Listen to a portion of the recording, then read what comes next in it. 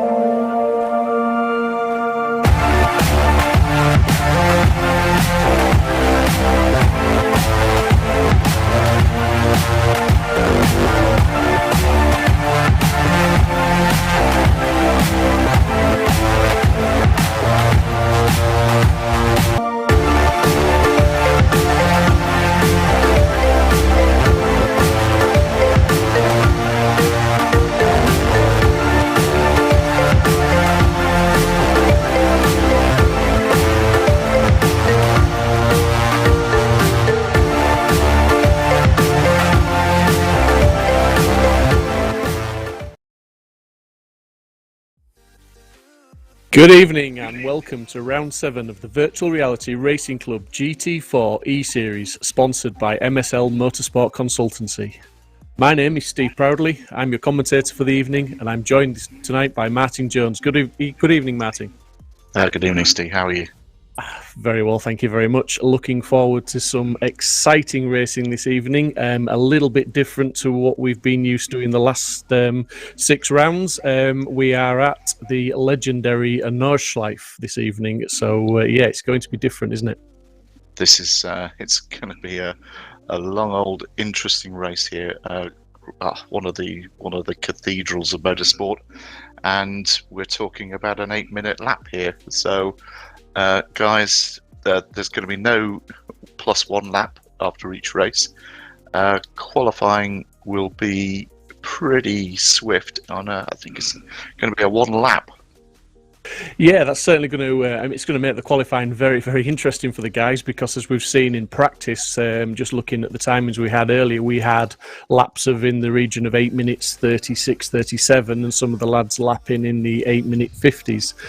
So there's a little bit of variation out there, which, to be fair, you can only expect that from such a big lap. And when they do their out lap, they're literally going to pass the start-finish line and get 1 flying lap to qualify with. So it's a full pressure lap for them, isn't it?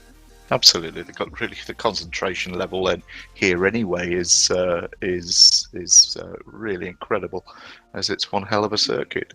There's trouble on every corner, every rise, everything, because you can't learn the place.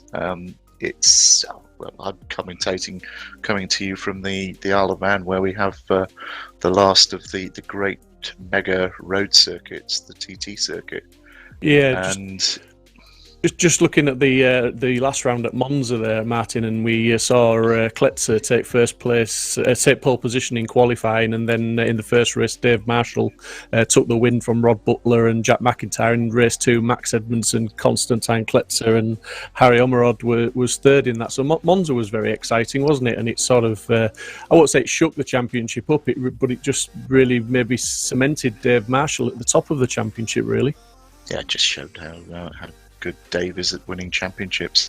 Yeah, I mean, 326 points just sets him apart from second place Jack McIntyre with 383 at the moment. Maxi Rohrig in third, Rob Butler fourth, Max Edmondson fifth, Tom O'Farrell sixth, Harry Omerod seventh, Rillig 8th, Kletzer 9th, and Dorman 10th. And obviously all those chaps in the top 10 there carry ballast, and Dave Marshall's attacking Nordschleife this evening with 100 kilos of ballast. Now that's going to hurt him a little bit, you've got to say.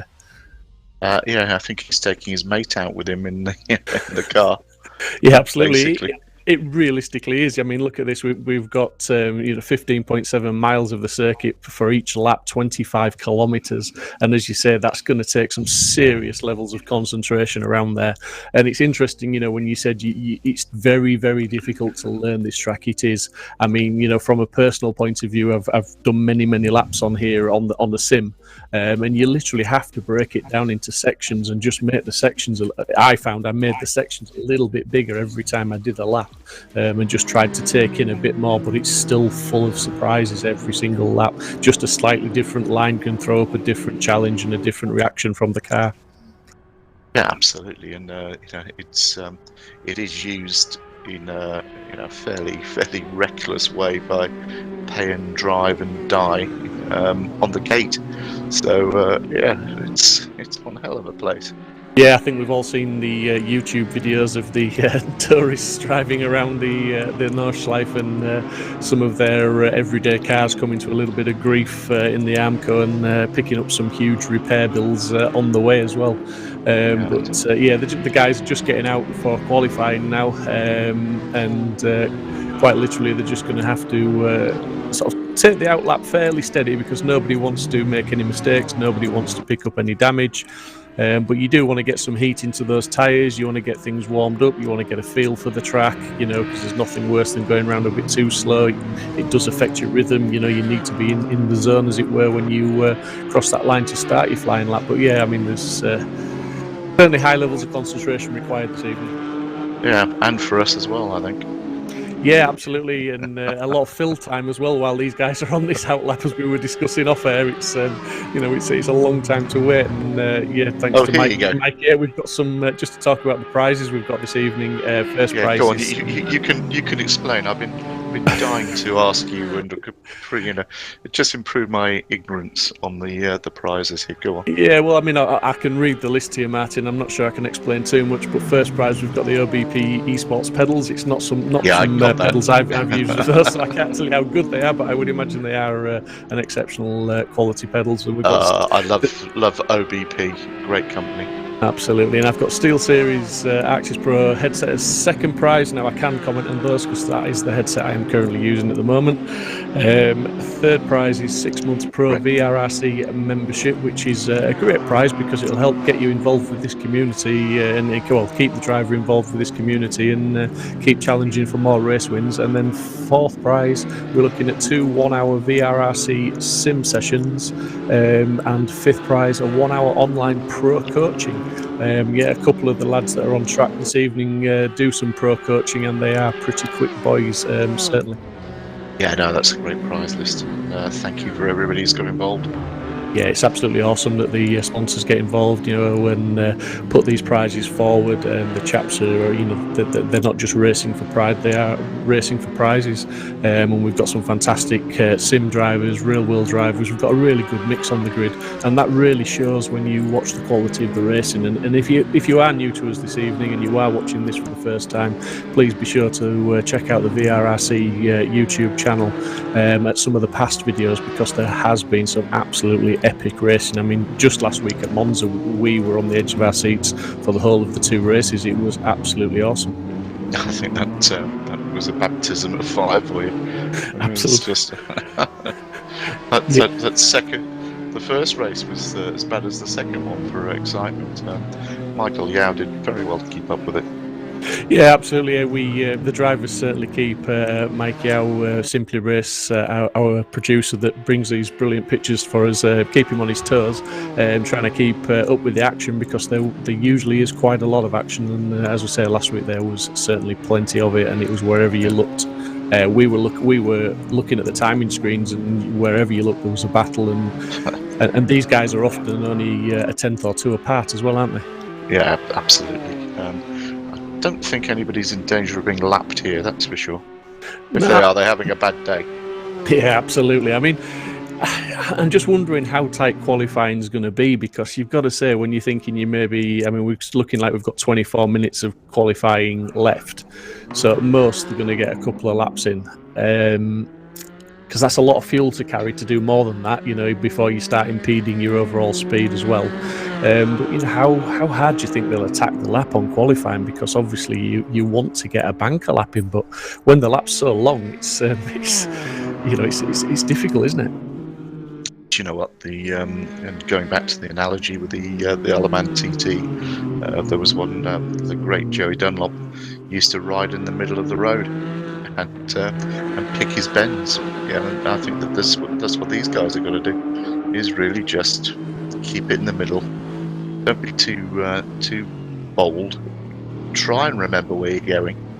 But yeah, it's one heck of a circuit. And we're coming into a really fast bit now, which, if I remember rightly, this is probably the louder bit.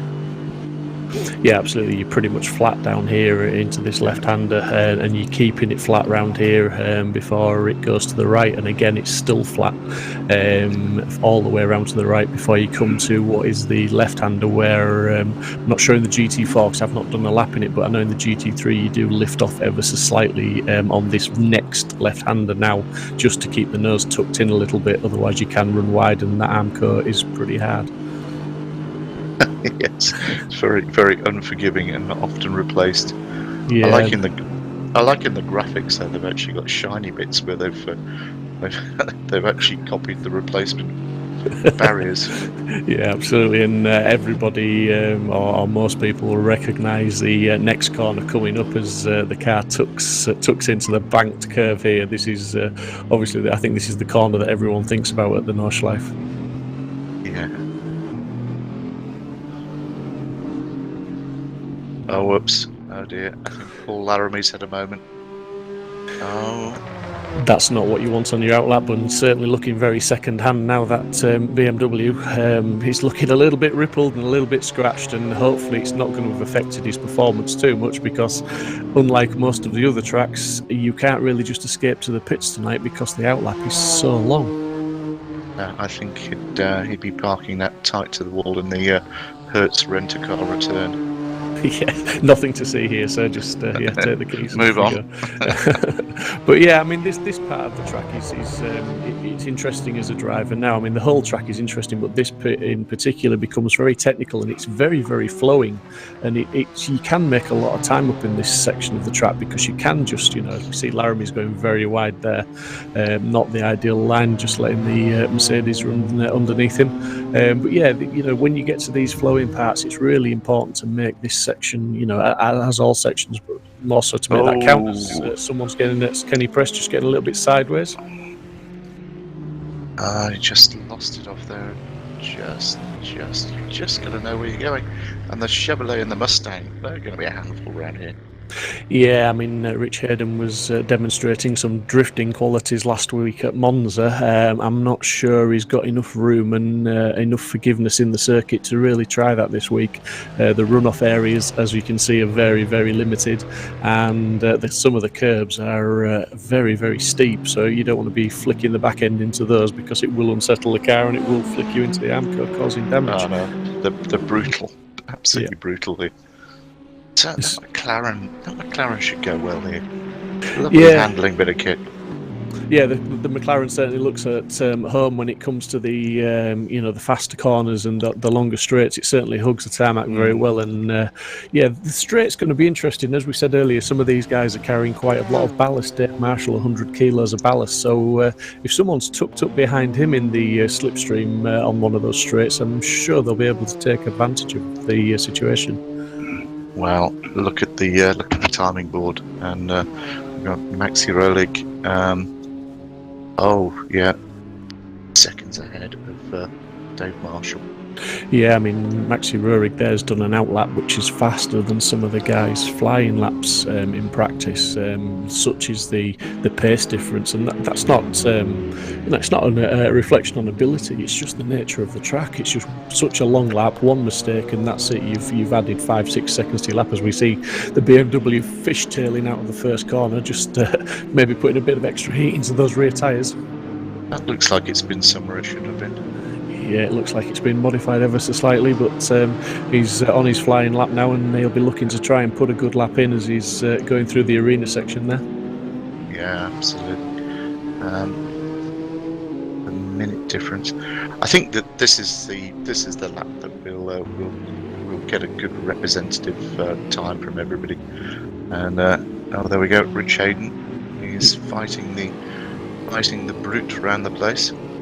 Yeah, it looks like he's tagging onto the back of a couple of cars there and just following some lines through, and just looking to try and get, like you say, that brute round the lap.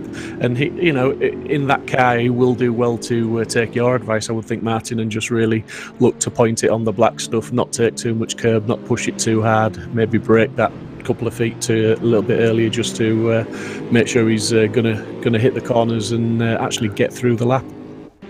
Yeah, I think from my experience around here that the second you think you know where you're going, you don't, because the corners come up so much quicker when you're trying that a little bit harder.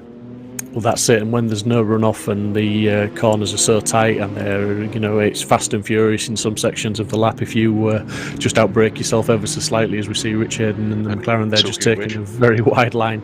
It just affects so many corners, and it can all of a sudden, what was a little mistake can turn into a big loss of time, if not indeed some damage to the car. Yeah, it's totally right. Graphics are great.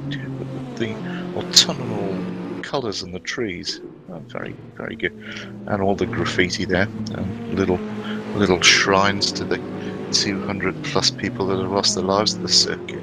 Absolutely, yeah. I was just going to mention it's absolutely steeped in history. I mean, I think the first sort of layout of the track was back in the 1920, I believe it was, and it's obviously taken many changes throughout the year, and obviously there's been some big names raced here, and unfortunately, sadly, there's been some big names have lost their lives and certainly been injured around this circuit. Yeah, I think the famous one was literally the end of it as a Formula One venue. It was the 76 when Niki Lauda had his awful accident. Yeah, and that was the end of it. Yeah, absolutely. It's it's like we say, it's steeped in history. It's it's a track that a lot of people wish to race around. Someone's on the two cars on the grass, and the McLaren collects the back end there of one of the other cars, and that's not ideal there, as that was Isaac Smith that I'm not sure if he came together with Rich Hayden, but then the McLaren just caught the tail end of that. Very unfortunate for him. And I think Rich Hayden has added to the excitement again. Thank you, Rich. Yeah, he's always trying, isn't he? He's always at the forefront. He's a fantastic driver and puts everything into these events. And he's certainly got a challenge on his hand with the car for this season. Oh, it's hugely challenging. Great choice. Yeah, absolutely. Well, for us in the commentary position, probably makes him sweat a bit. Absolutely, James James Merrill's just coming up through sort of midsection of the track there, still on his way out from the arena, from the GP circuit, still travelling away at the moment, but he's coming to some of the faster parts of the circuit. But it's as we keep saying, it's very important to get all these entrances and apexes correct, because everything just leads so tightly and so sweetly onto the next one. Yeah, James's commitment is phenomenal. I'm looking forward to seeing him out on the circuit. That's not far away, I believe. Talking to the guys. So now here we go. This is Rurik, and I would think that he'll be relishing this home race. And I bet he's done a few laps around here.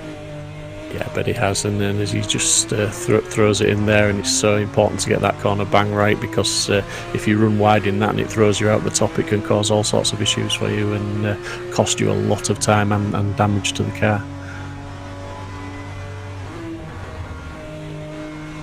And just finding out, I believe Max Edmondson's had an issue as well on his lap. He's had to bail out of the lap. He's collected the wall. So there's a few of these guys that we come to sort of know and expect in the top sort of half, top 10 certainly in qualifying. They're just having a few issues tackling the Nordschleife this evening, and I think we may find a little bit of a mixed up grid after qualifying. Yeah, I don't think there's any need for a reverse grid. It's going to be all over the place. No, I think we should have maybe just done a lucky dip on the grid and just said, there you go, boys, it's not going to make a lot of difference, and just to see what you can do. But yeah. I'm glad they didn't add the rain dimension to it, otherwise we'd have been finished earlier. I don't think there would be any finishes. Yeah, the retirements may have been quite high on that one, but yeah, certainly, I mean, we're just on board with Rorik now, and like you say, he's been pretty fast in practice. He's just more or less hitting all the points as he goes around here. I don't think personally watching it, he's pushing, but he's doing what you said. I think he's making sure he gets a lap in. He's not pushing at 10 tenths. Certainly, he's within his capabilities. He just bounced off that curb a little bit, and it pushed him a little bit wide, but he's within tolerance. He's collected it up, and he's just going to head into the right here now, where he starts slowing down, and then down another gear for this left-hander. As he's coming back around now, and he's going to start heading back towards the main GP circuit very shortly. Yeah, here we go. And yeah, he's just this is a tidy lap. Yeah, absolutely. These next couple of corners are very important, because you've got to get this line right, because then you bury the throttle into the floor and you just hold it there for what seems like an eternity down this straight now, and coming back towards the stadium. Yeah, that's one heck of a straight. Almost a third of the circuit. Yeah, certainly. As you can just see the wipers protesting under the headwind there, as he's picking up some serious amounts of speed now, and the car will just maybe be dying off slightly as they come over this brow, and then it'll just get a second wind as they go into the dip and under the bridge, and pick up a little bit more speed as they head left. And then the driver will then start thinking about braking down nice and gently as he goes through this left, ready for the right left and back onto the start-finish straight. Yeah, I wonder what he's listening to on his iPod. It's just great line. Absolutely line. Perfect. And it'll be interesting to see what this lap is, see if it's anywhere near his practice laps. And he's on to what I have to say is a great facility now. Yeah, indeed, that's an 8:37, so that's a very good lap. I think in practice he was on an 8:36, so he's not far off his pace. And look what's going on. That's Dave Marshall, 100 kilos. Oh, hello, Max. Oh, Maxie's out. Yeah, so Max didn't have the best evening at Monza, did he? He seemed to be struggling with his car there, but so hopefully he'll have a better event this evening at the Nordschleife. But yeah, it's certainly I think he'll want to forget Monza. He'll be all over this. You know, this is his second time out in the car, or what, third race, should I say? He had a great weekend in his Mini, in the touring car program. So unlucky not to win the race on Sunday.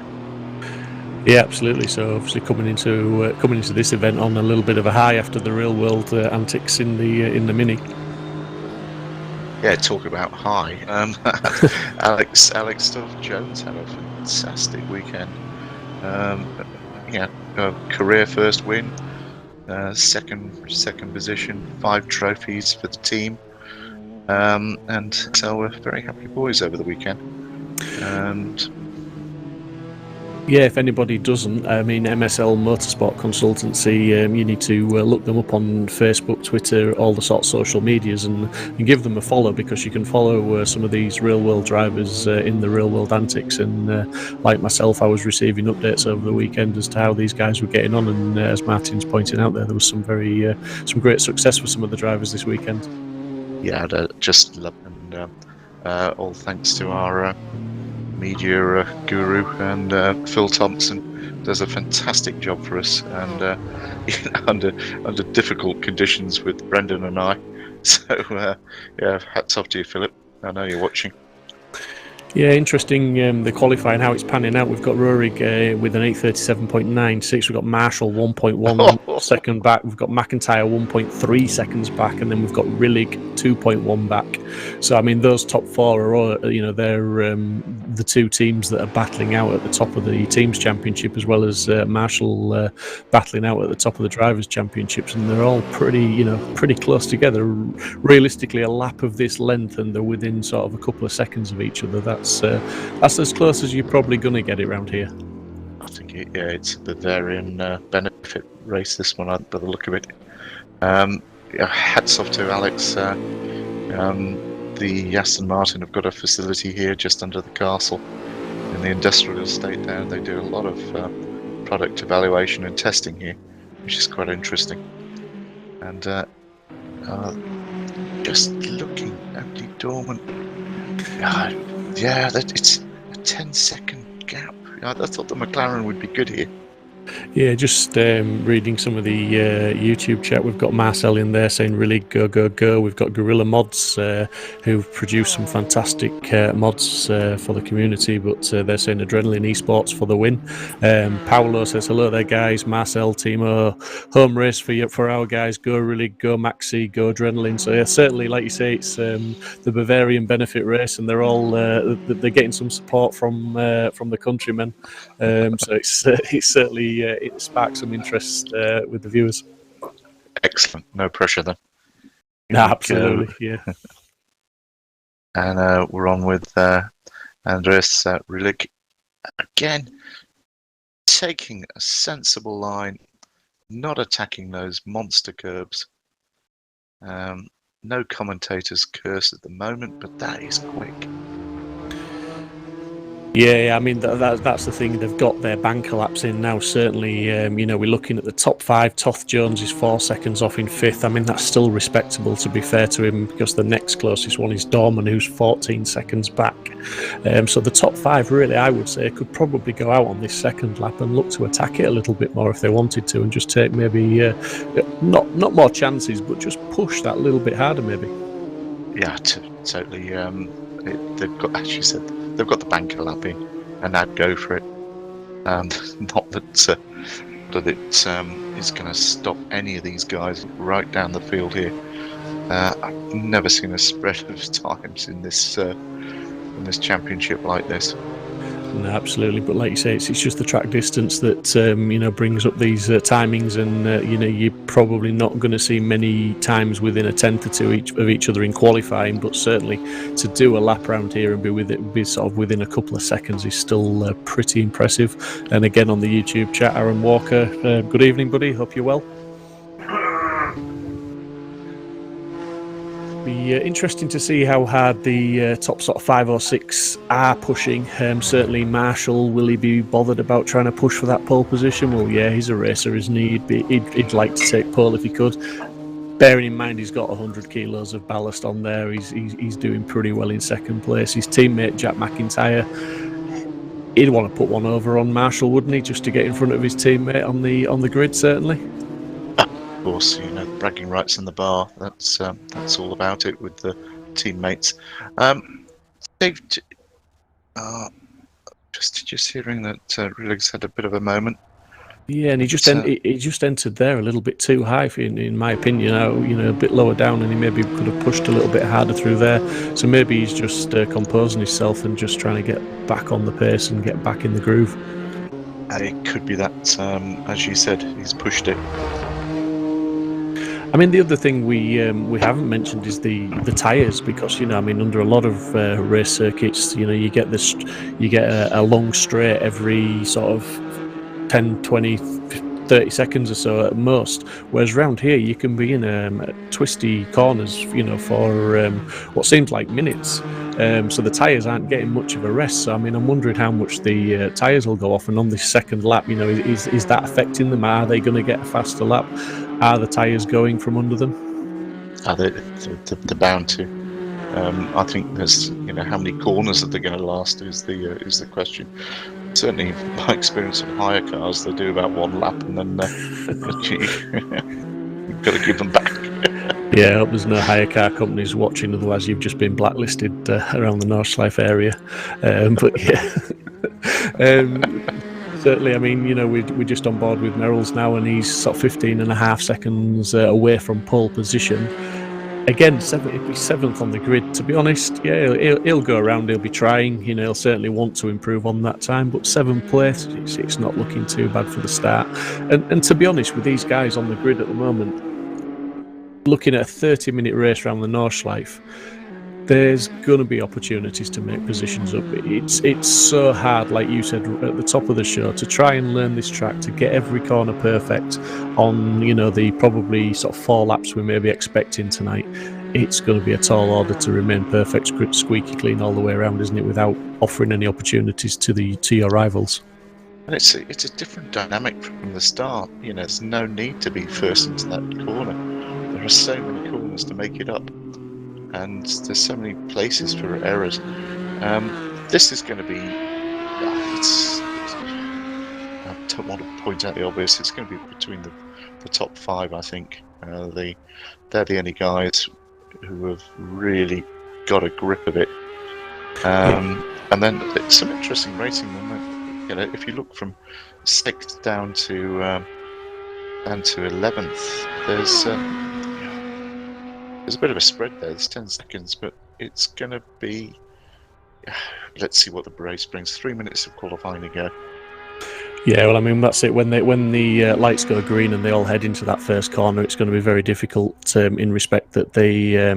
I don't want to say that red mist will descend, but it does, doesn't it? And the guys, they try to battle for every position. They try to cling on to the car in front, and quite often, with respect to the drivers, if you get one of those slightly slower drivers in front of you around here, it can be very, very difficult to overtake because it's such a tight, twisty track.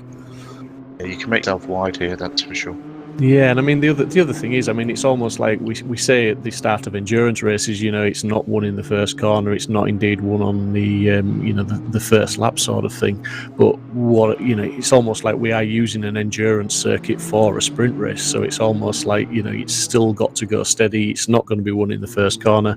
Indeed, it's not going to be won in the first half a lap. I think it's if you're starting sort of mid-pack and down, you would do probably as well just to try and keep clean, stay out of trouble, just follow the cars through the first few corners and just play a watching brief on those cars ahead and start to push once you come to the back end of the first lap maybe, and see where you can make up some positions on some of the longer straights.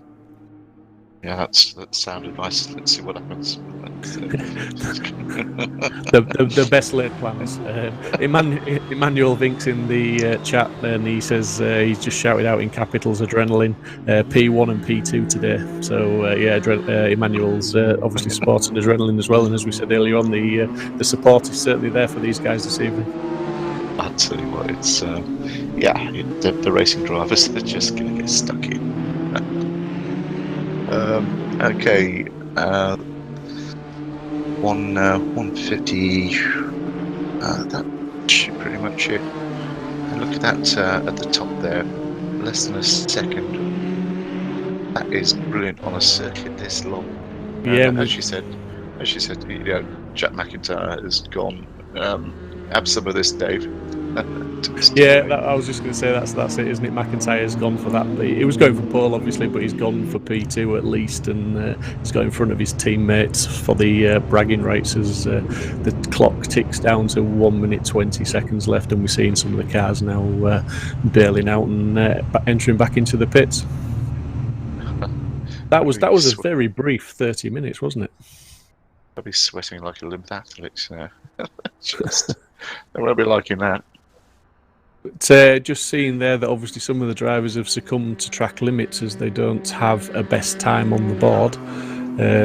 Max Coates, Larmy, Press and Mellors all seem to have struggled to get a lap in. We know, I think it was Mellors, wasn't it, that was involved in the incident earlier on as well? Yeah, that's right. Where's our Mr. Muscles? Where's he tonight? I don't see him out. No. No, can't have got his new socks. No, absolutely not. No, he's maybe in talks with the advertising space and just maybe trying to get a better deal. But yeah, he's just a busy chap. Maybe not had time to put the practice in for this circuit. But yeah, James West is not on the grid this evening. Well, that's a shame. He'd have enjoyed here. It's always great watching him go around. Yeah, it would be. The coolness of his sim room. As I say, it's nice to hook into his stream and just admire the mood lighting and the socks. It's yeah, fantastic. I must ask him if that's a shed of pleasure or it's a room in the house. Yeah, maybe a conversation for a private call rather than an interview. Could be. But yeah, we see Max Edmondson's in 12th place. He had that incident, I believe, with the wall on his first flying lap, so he's done okay to, he still managed to get a lap in, albeit a fair way off the pace. Got Rillig in 4th, who we're following round now, who's still pushing pretty hard by the looks of it. That BMW certainly looks like it's under pressure. He's on a lap. Just don't know what we're looking at the sector times here. Yeah.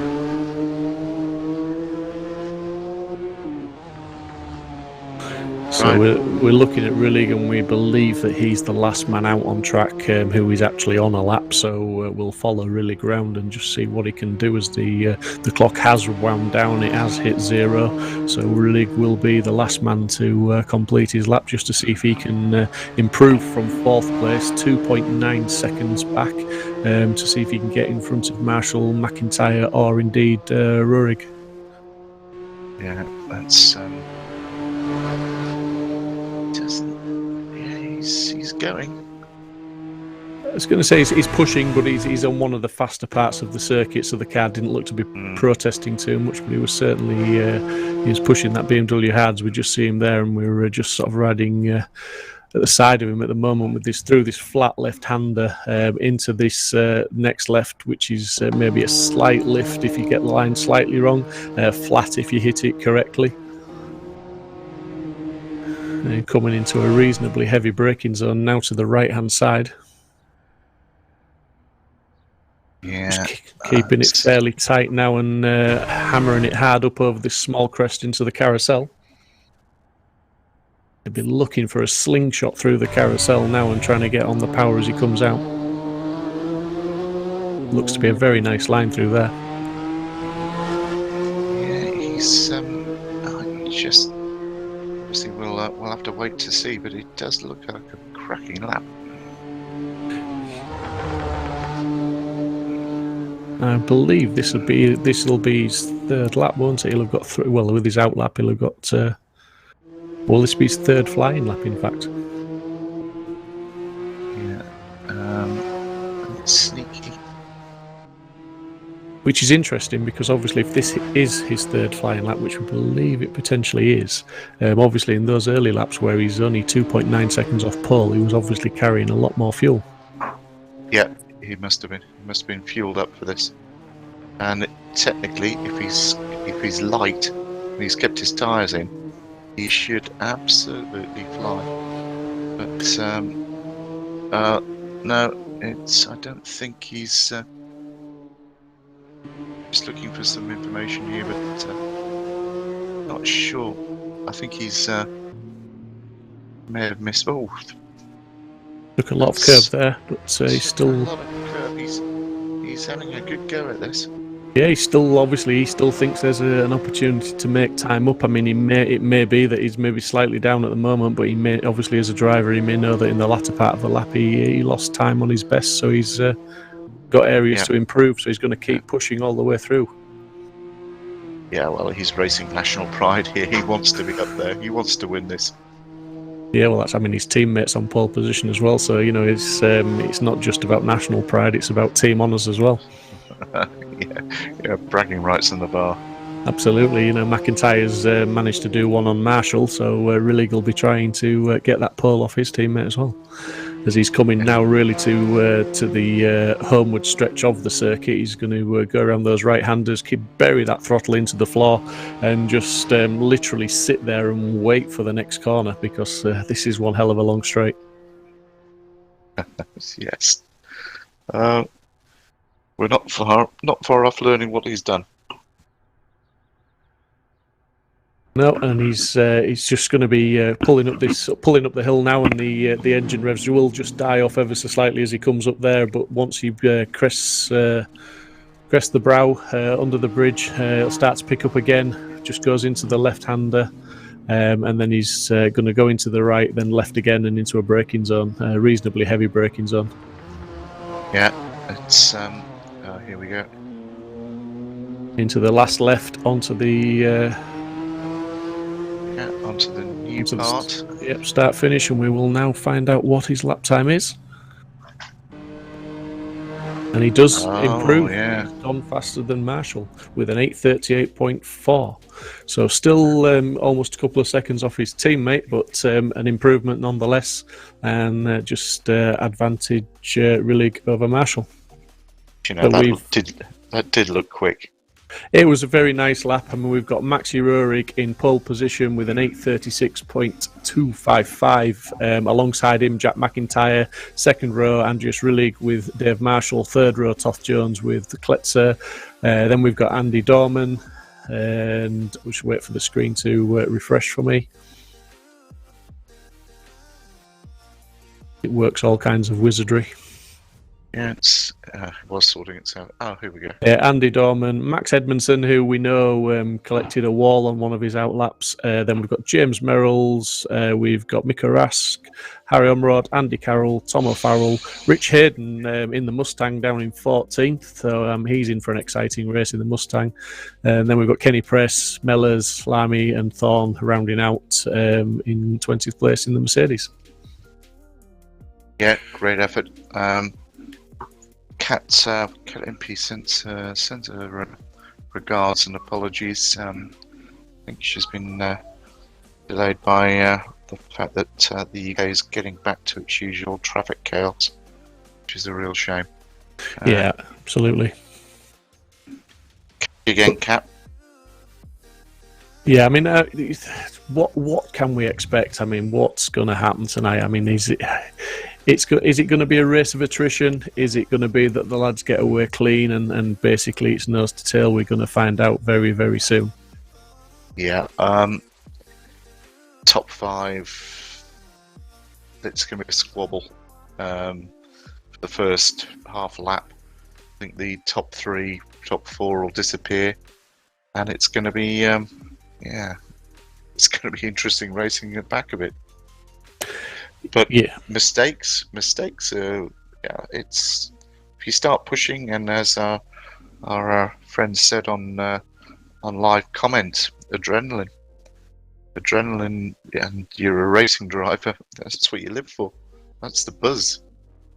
Yeah, and it's as we've said, you know, the mistakes are going to be the things that you know cause the issues this evening, and on such a tight track like this, quite often it can be the case that if you get one car making a mistake in front, it can also hold up 2 or 3 cars behind as well. You know, it has knock-on implications, because it's not always easy just to drive round an issue on this track. Certainly, you can cause other drivers problems.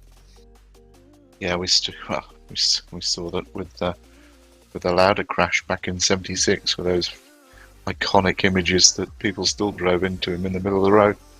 On fire. Yeah, I mean, there's so many blind crests, blind apexes, you know, corners just flowing one into the other, where you're literally looking maybe 10, 20 yards in front, sometimes at best. So you haven't really got much of a hope of seeing what's around the corner.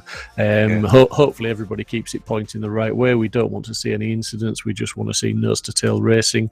We want to see some good overtakes. I'm hoping we're going to see some slipstreaming and drafting up the back straight on the homeward straight and up that hill under the bridge. It'll be interesting, and it'd be nice to see what Rich Hayden can do in the big old Mustang along that power straight, and see if he can haul it up a few places from where he's starting on the grid. We're just going to play some adverts, get some information from our sponsors, and we'll be right back after these short videos.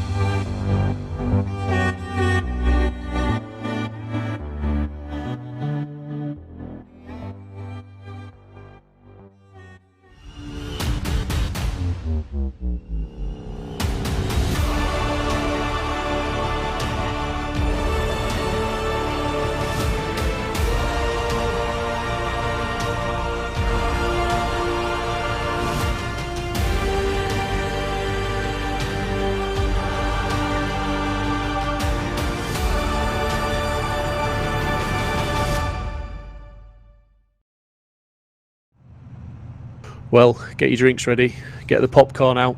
The race is going to start very, very shortly.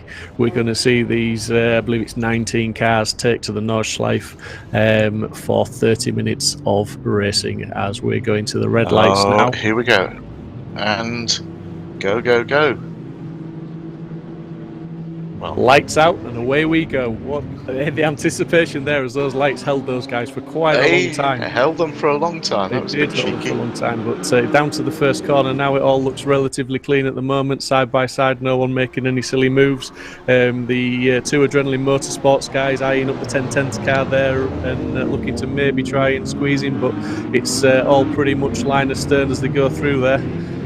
Following each other just at close attention but respectable distances and keeping it pretty clean from what we can see. Yeah, great start, and yeah, pretty much what we thought. Yeah, so Dave Marshall, is it Dave Marshall out in the lead at the moment? It is, isn't it, with the 100 kilos of ballast, so that'll be interesting to see how he can manage that weight difference. As we've just seen the MSL car trying to go down the inside of McIntyre there, but I think McIntyre managed to just get that door shut in time. Yeah, and I think it's Konstantin Kletter who's made a great start as well. Absolutely. Qualifying's interesting because you're racing pretty much against the circuit. These guys, once you get the sort of the bait in front of you, you do kind of go for it a little bit more. Yeah, it's that space you want. Yeah, apologies, it is actually McIntyre that's out in the lead. I called it as Marshall, but it is McIntyre that's managed to get the jump on Roehrig and take the lead. And we're on board with Toth Jones now, who's challenging Marshall. And as I said, Marshall has got that 100 kilos of ballast. But as we head into the Nordschleife Green Hell for real now, even with the 100 kilos of ballast on, he's going to be a very hard car to overtake because we know that Marshall is no slouch. And Lamy just getting the wrong way around. Laramie again.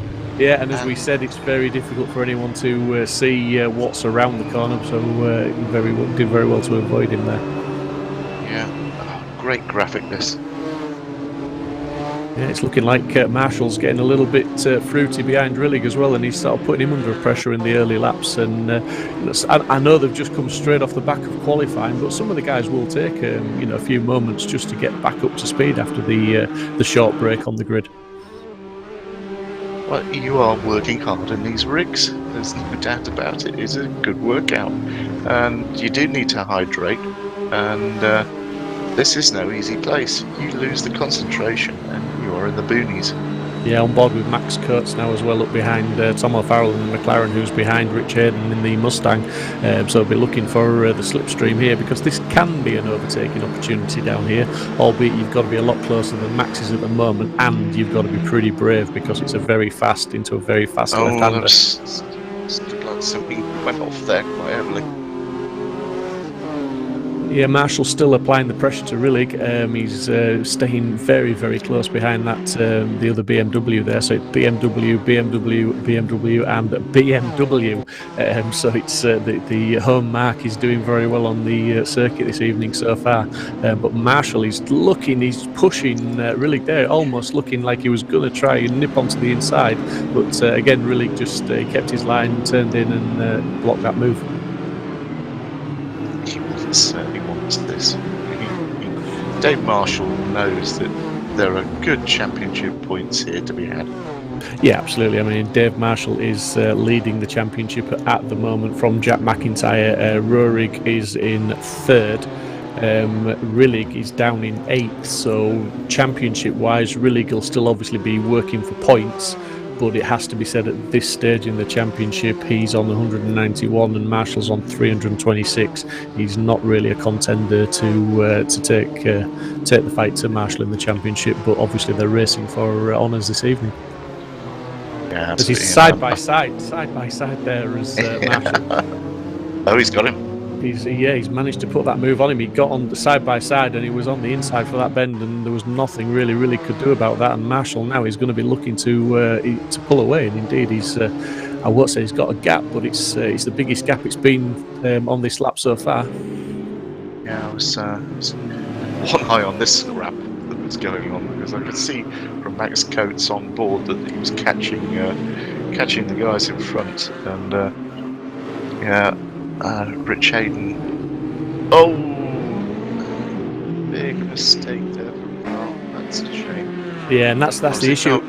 That's the issue, isn't it, when they're running so close together as well? Sometimes you will miss those braking points or those turning points, and you can just, that's it, you're off the track, you're onto the grass, and you aren't slowing down or turning the car when you've got wheels on the grass. But Max Coates, it's like we said in the qualifying, he's just sort of sat there, he's followed those guys around, putting a little bit of pressure on them, but not doing anything silly, and he's just picked up a position straight away. Now he's obviously going to let Rich Hayden know he's there and fill his mirrors and just keep applying the pressure to Rich. And we know how that Mustang will protest when you try and take some of these higher speed corners. It will try and step out of line a bit, so Rich has got his hands full with the Mustang and with Max Coates at the moment. He's going to, all the mirrors are going to be full now. It depends on whether Rich Hayden's taken the mirrors off.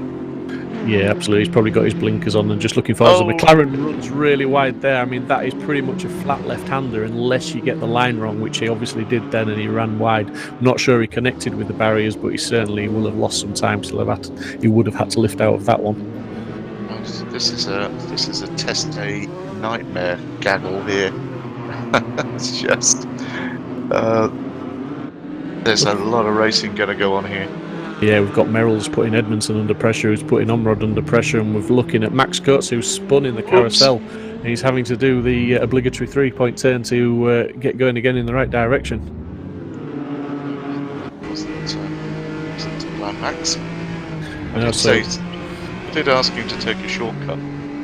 And that's looking like Omrod's gone really wide there, put the wheels on the grass, and that car's lost a lot of time and a lot of positions. He's down now to 11th place. Yeah, you were saying something about attrition, weren't you? Absolutely, yeah. I wasn't quite expecting it in the first half of the lap, but to be fair, I mean, on a tight circuit like this, when the cars are paying such close attention to each other, and it's the opening lap, they are going to be put under a lot of pressure, and the mistakes will be happening, as we see. Merrill's just run wide again. Not Merrill, sorry. It was that Rask, wasn't it? Rask, yeah. And look who's come up to join the party. It's Rich Hayden. Yeah, so Rich is doing what we said. And Rich, commentator's curse there, I'm afraid, Martin. He just tried to get the power down, I think, just as early as the boys in front to try and keep up with them, and he just protested a bit. And that's Rask again. That's a big one. That's going to have some damage, and hopefully he'll keep it off the track and nobody else will collect him. But yeah, that's really unfortunate. But that's Hayden back up another position. So he qualified in 14th. He's now up to 11th. So he's making good progress. Rillig's had a mad... Yeah, Rillig's got some serious damage there, and he's certainly running a little bit too much toe on the front end there by the looks of it. He's limping back round. That looks like race done for Rillig, which is really unfortunate. What a shame. He was going so well. That is a real shame for him. Yeah, that must have been a big off because that's done a lot of damage there. But we've got McIntyre leading by literally just over 6/10 from Rurik, and we've got Marshall 3 seconds back as we're seeing Rulik's looking like he's got no option but to park it, unfortunately. So he's going to be reset race 2, bring it on. Yeah, I think that's an F4, not a Control-Alt-Delete, that one. Yeah, that's go back to the garage and explain it to your crew chief. It's not ideal. On the opening lap of the first race this evening, one of the potential race winners has done some severe damage, Rulik, and he's out of the race, which is leaving Jack McIntyre in first place. Rurik has just lost another 10th. He's 7/10 off the pace. Marshall is 3 seconds back. Toff Jones 2.6 back from that. Kletzer in 5th. Dorman 6th. Edmondson 7th. Omrod 8th. Hayden up to 9th now. Merrill's 10th, Rask 11th. Rask certainly had a few incidents this lap. O'Farrell's had his share of incidents. He's in 12th. Max Coates we've seen have a spin and do a 3-point turn in the carousel in 13th. Yeah. As we're seeing Hayden. Hayden's had an incident now as well. Yeah. So he's looking like the Mustang stepped out there and he's tried to remodel one of the walls around the circuit. I just saw it step out like a space hopper. He hit a curb on the inside really hard, and then must have got into the barrier. Yeah, absolutely. And racing around the Nordschleife, it's not a great feeling to think that you've got some damage on the car. There's just over 20 minutes left on the clock. You've got a couple more laps to do around this circuit and carry that damage, and it's a difficult track to do that, isn't it? It's absolutely. Thorne's out on a DNF. He normally goes well. That's a shame. Yeah, Max Coates is looking to put a bit of a recovery drive in. He's looking to go fairly well. Farrell's really struggling with that McLaren this evening. I've seen him running wide onto the grass on several occasions, and even there through the arena section, that McLaren was looking very, very tail happy, which isn't ideal again around such a technical circuit like this. You need your car a little bit more planted than that. Yeah, no, Farrell, he's normally there or thereabouts. That probably explains it. The front end there, that's not going to help. No, look at the side there. Yeah, I mean, we have on the first lap we did see him have a few incidents of rubbing against the walls and things, as we said, as he ran wide. So maybe he's just picked up enough damage that it's upset the handling of the car now, and he's going to be a bit loose. But as I was just saying a few seconds ago, 20 minutes just under to go. That is your worst nightmare around the Nordschleife, to be carrying damage around such a long lap here. It's not difficult, as we've seen the McLaren really fully drifting through the chicane there as they start to head out now onto the Nordschleife track. And again, stepping the back end out, it is very, very loose. He's going to be sweating after this race. He's absolutely, but he's on it. He's chasing them down. Fair play. Yeah, and it's looking like Rurik's still keeping in close attention with Jack McIntyre. He's managed, he's pulled that 10th back. They're still around about 6/10 apart. Marshall's losing time. He's losing half a second or so all the time now. He's down to 3.7 back, and as they entered back onto the GP circuit, he was only 3 seconds back, so he's lost 7/10 in a very short space of time. Yeah, you watch Dave Marshall. He'll be watching. He'll know. He doesn't have to do that much, and if these two get into a tangle, which there's a very good chance they will do any minute or any second now, he just knows what to do. He is the Prost of esports. Absolutely, yeah. Just apologies there. He had a technical issue with my headphones switching off, but I am back. Oh, here we go. It's Max Coates having a... Yes, he's through. Yeah, Max is one of those drivers. I mean, I don't know Max. I've seen him race quite a bit with VRRC. I've watched a lot of the races. He seems to be your sort of stereotypical battler. He seems to relish a challenge, and he never gives up. He's just great. Yeah, I enjoy his company, and I enjoy watching him race. He is a proper racer. Yeah, absolutely. I mean, I've had the pleasure of seeing him racing in the real world many times, and he applies the same sort of standards to the sim racing as he does in the real world. He just, like saying, never gives up, and he loves a battle, and he will battle very, very hard. As we see, Farrell maybe just trying to take advantage of Max running a little bit wide there, but Max managed to cut it back and maintain position. So that's Max Coates in 12th, O'Farrell in 13th. Both have had their incidents, but I think O'Farrell's car's maybe slightly more battered than Max's. think it's a race between two hurt beasts here. Yet again, Fowl and running very wide. He just seems to be struggling to either, he doesn't seem to get the car turned in, and when he does get it turned in, he seems to be a little bit loose on the back. That front end's just giving a massive understeer. Absolutely, and we're just looking up ahead now. I believe this is Jack McIntyre and Rurik, and Rurik's really closed that gap right down now, and he's applying the pressure to McIntyre now as they're coming to some faster but still twisty parts of the Nordschleife circuit. Just keep on this this rack and watch the lights on the dashboard here, which it'll show you just how hard they're pushing the car here. This is going to be great. This is important for Dave Marshall, how this pass comes off in two ways. One, if Rurik gets past, then the gap is, the points damage is limited.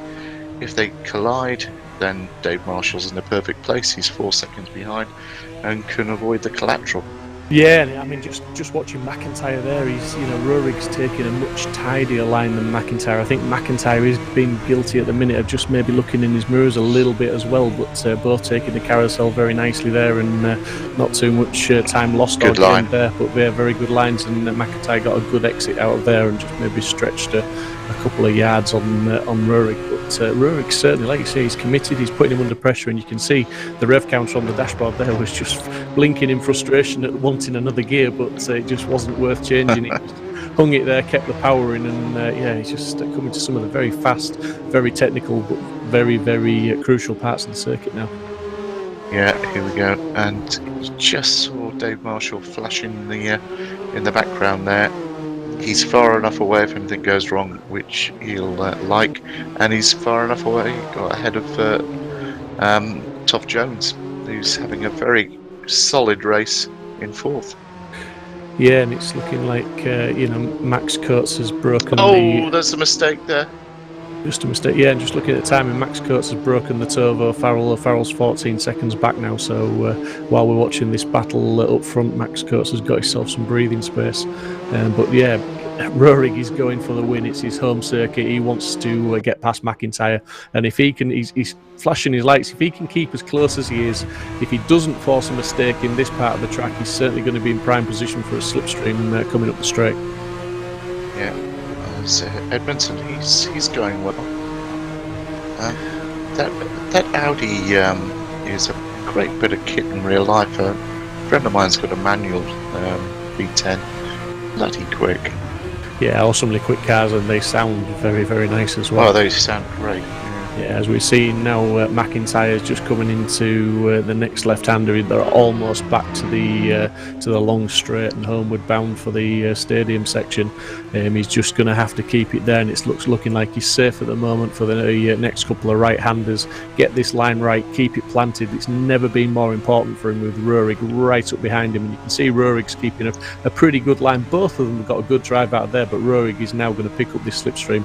Let's just see how effective it is, because we've got two cars, obviously both the same cars, both BMWs, and both literally you're going to see that rev counter flashing away for a long time once they get further up the straight.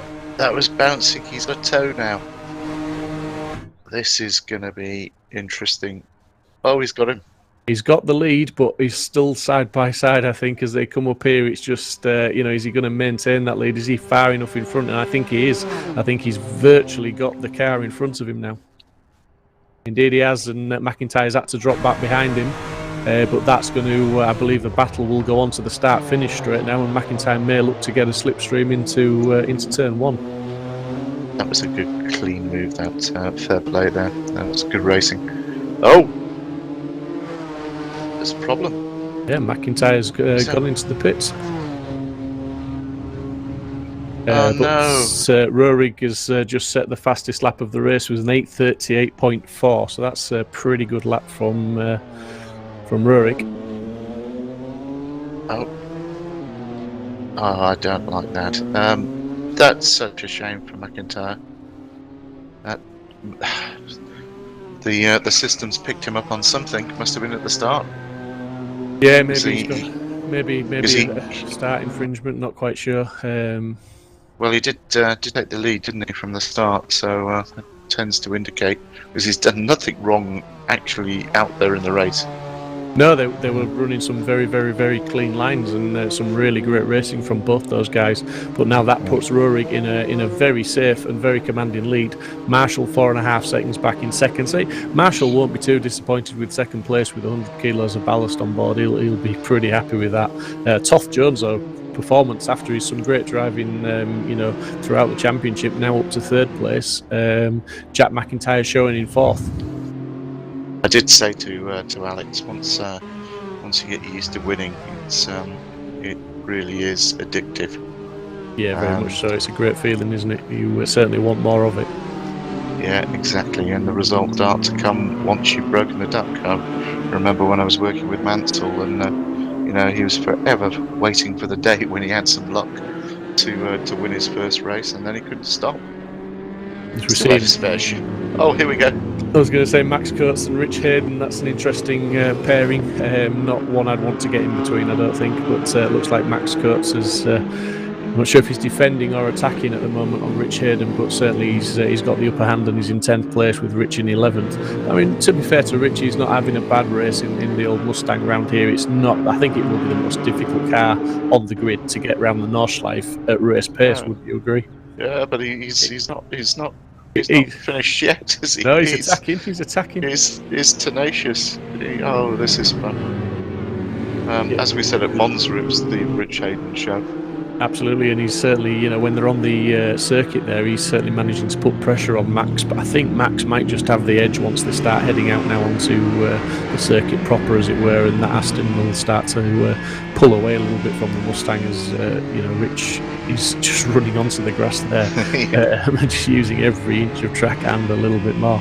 But just on board with Merrill's below, following Omrod, another close battle on track. And he's making up a bit of time as he's just using the curbs correctly there and just managing to, take a better line through the corner than Omrod did. And he's just closed up ever so slightly on him. But Max is certainly he's putting the lap times in, he's putting the pace in, and he's trying to break Rich Hayden. But Rich Hayden, to be fair to him, he's still hanging in there. He's still keeping Max under pressure and keeping him honest. I think he must have listened to me, Rich. He's driving it in the middle of the circuit, which is that's the thing to do. Yeah, I mean, we saw Richie's had an accident on the first lap. He's done a bit of damage to that car, but equally so as Max Coates. So it's all pretty level pegging, I think, with incidents and damage. They're all driving with a little bit of damage, as it were, but still pushing hard and still racing hard. Yeah, absolutely. Great scene. Yeah, Marcel in the chat, I couldn't agree more, but he just says, what a race, exclamation mark. It is, it's fantastic, it's not disappointing. This GT4 series, I've only been involved for 2 weeks, and Monza was my first week last week, and I have to say, absolute pleasure. It's awesome racing and great respect from all these guys, and great respect to these guys. They're really putting the laps in, they're trying as hard as they can, and there's some fantastically close racing. Oh, it's exhausting. I just love it, absolutely love it. Look at those graphics. That's brilliant. Oh, here we go. Yeah, Merrill's closed right up now on Omrod, hasn't he? He's managed to get that down to just under 3/10. So he'll fancy this. This is brave. This is around the outside, side by side, and he's just had to sort of concede the position there. And but yeah, Omrod certainly. He's under pressure, and I think he's feeling that pressure as well. But it has to be said that BMW is looking a little bit battered as well, whereas Merrill's Porsche is looking in a little bit better condition. It's kept himself out of it. Found the old pink pig's looking good. Look at that drop there. That's just a great graphic. It really shows you the undulations on this circuit. Yeah, and it just shows you how difficult the circuit is to drive, because when you come into those braking zones, when the track drops away like it does, the braking becomes so much more difficult, and then you go into the next corner and it's uphill, and again the braking distances change again. As you said right at the top of the show, it's such a difficult track to learn. There's so many variations on it, and it takes so much skill to get round here at the pace these guys are going at. And Merrill's is doing a great job of just sticking behind Omrod, because again, following someone that close is very, very difficult, because you can't always see your braking points, you can't always see your turning points. You are putting a certain amount of trust in the driver in front while trying to keep him honest and keep him under pressure. Yeah, absolutely, because how many times have we seen in racing where the guy in front, you're following him closely, the guy in front goes wide, you go wider, and then you're in the barriers. Great racing. James's front view camera must be absolutely brilliant on this one. It'd be awesome, but I bet you can't see an awful lot. No. see a couple of brake lights if they're working, because they look pretty bashed. Yeah, absolutely. But it's a different skill set. I mean, racing fast, putting fast laps in is fine, making overtakes is fine, but driving as close as that to the car in front for as long as he is, as he throws it into the carousel, makes a bit of time there, just got maybe a bit too tight on the turn and just clipped the inside curb. But it's a different skill set, isn't it? Being able to drive that close, it takes so much more concentration. Plus you get all sorts of nasty things from the car in front. You get the heat. That's he's got a bit leery there. But you get the heat from the car in front. It makes your car hot. You get hot because it's still the air. The air does come through into you, and you're concentrating harder. Yeah, absolutely. We've just seen Risk and Hayden having their battle, and it looks like Hayden's managing to maintain position, although he's lost touch with Coates somewhat now, as we thought he might do. But back to Merrill's and Omrod, and Merrill's is really keeping him honest. Coates is in 10th place behind James. James in 9th, Coates in 10th. Coates is 13 seconds, albeit a 10th back. So James has got nothing to lose behind. He can afford to concentrate on Omrod. As Omrod's run onto the grass, surely that gives James the he's got him there. He's got him, hasn't he? And just applying that pressure for what was just over half a lap, I would say, has just paid dividends for him there. He just now needs to carry on in the same manner, get the corners right, get the braking zones right, and keep the power applied when he can, and just try and brake him. Yeah, I think Harry must have had a problem there, because he's won a race this year. He's normally there or thereabouts. Great graphics again. Just love the way they do this. Yeah, it's fantastic. Mike Yao, Simply Race, bringing us these pictures this evening to commentate on and to show the viewers at home what great racing we have at the VRRC GT4 Esports Championship. Absolutely fantastic stuff. Just back to the front of the race, we've got Rurik, who's done 2 laps. Marshall's 6.8 seconds back in second. Toth Jones a further 5.9 seconds in third. Jack McIntyre 3.1 back in fourth. Kletzer 5th, Dorman 6th, Edmondson only just under 1 second behind Dorman in 7th, and we've got Omrod looking to slipstream Merrill's and use the BMW power to pass the Porsche on the climb back up towards the main circuit. That'd be a difficult one. Pass the Porsche pink pig. Go on, I'll follow your lead. No, I've said it once. I'm not even going to attempt it. Well, here we go. But it looks side by side now. Now that he's got him done just at the last throw. Really, that was in the nick of time, because much longer and James would have had the advantage for the inside of that fast right-hander. But he's got it done again. So James now, he knows he can do it. He'll keep the pressure on him. It looks like the BMW is carrying quite a bit of damage. It wasn't handling the greatest through some of the twisty stuff. So they're going to be going out onto the last lap now. So James just needs to try and get that overtake done a little bit earlier in the lap if he can. So that it gives him chance to maybe make a break from the BMW to avoid that slipstream overtake again. Yeah, definitely. And he won't give up. Oh, Harry's gone wide. James had a bit of a moment there as well, so it's sort of neutralised. Yeah, just look at McIntyre catching Tough Jones. Yeah, I was just going to say McIntyre's catching Toff Jones. It looks like Edmondson's had a bit of an issue because he was within a second of Dorman, but he's now 2.5 back.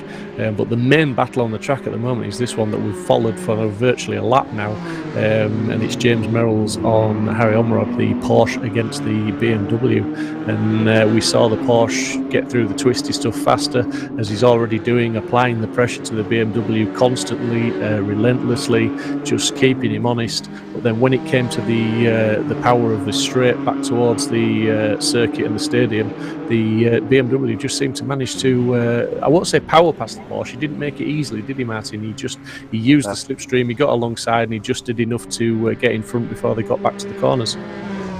Yeah, that's exactly what he did, and did it well. But James isn't going to give up, that's for sure. No, I mean, we saw Harry just rode his luck a little bit, I would say, in the last lap. He went off the track several times, and then he did it in one corner that just allowed James to actually get the move done on him. So he just needs to be careful this lap and try and avoid that green stuff. Yeah, look at McIntyre. It's 1.2 seconds now to Toff Jones. Alex will have to make that Aston really wide. Yeah, again, that'll be an interesting slipstream battle if he manages to keep him behind all the way around, because that will be BMW against Aston Martin, and neither of those cars are slow in a straight line. Yep. No, there's a lot of grunt with that Aston, that's for sure. Absolutely, and Merrill's has just dropped off a little bit, but that's it's a faster part of the first quarter of the circuit here, but we saw him on the previous lap. He will close that gap up. I have every confidence in him, and once they come to the tighter stuff, he will be all over the back of that BMW, and he will try and get a move on him as soon as possible, because that's what he needs to do. Just now following McIntyre on the main screen as he's closing right up on Toff Jones. He's still 1.2 back, but he has been closing over the sort of last half a lap or so. He's closed that gap right down, and he's got it down to that 1.2. It's just nipped up to 1.3, but I think that's just circuit variation with where they are. So definitely closing up, and definitely looking like he's going to be trying to put a move on him before the end of this race. Yeah, there you go. Twisty bits 0.9. Yeah, BMW does handle well around here. The Aston's got the grunt on the straight, I hope. Just put my MSL hat on there, but I was going to say that's your MSL hat. I mean, to be honest, I'm pretty impartial, as all good commentators should be. I just want to see a good scrap, and I'd like to see him cross the line a tenth apart. That would be absolutely awesome. But I think it will. I think both these battles, McIntyre, Toff Jones, and Merrill's and Omrod, I think we're going to see overtakes on the latter part of the circuit. No, I'm all for the good of the sport, but now come on now, let's pull your finger out. Let's bring MSL home. Yeah, absolutely. Winning. We love winning. We love podiums. Yeah, he was having a good race at Monza last week, and then had an incident. He got taken out, I believe. He had some contact in sort of the last lap there, didn't he? And was unlucky not to finish higher up. Oh, it was great. A great spectacle, the Monza race. That was good for the sport. Yeah, again, not so good for us, but we'll take rough and smooth. Again, if you are new to watching the VRRC YouTube channel, please hit the like button, subscribe, and also hit the notification bell, and watch some of the past races that have been held. There is some awesome racing at some very iconic tracks with these GT4 cars, with the Audi TT Cups. There's various racing on the channel to watch, and you could while away many hours of YouTube time. It's certainly a lockdown special. If you do unfortunately get locked down, you've got hours of entertainment here. You don't have to go to Netflix. No, and I mean, more importantly, if you actually want to get involved, www.virtualrealityracingclub.com. Just go to the website, have a look at the esports section, see how you can get involved with these guys. They offer coaching, they offer hardware, and obviously there is the community to join in and race. So there's the full package. You can literally, it's your one-stop shop to do everything and get involved, get on track, and have some fun. McIntyre down to, I was going to say cut to 0.2 a second. This is going to be painful to watch, but I will do. I'll man up.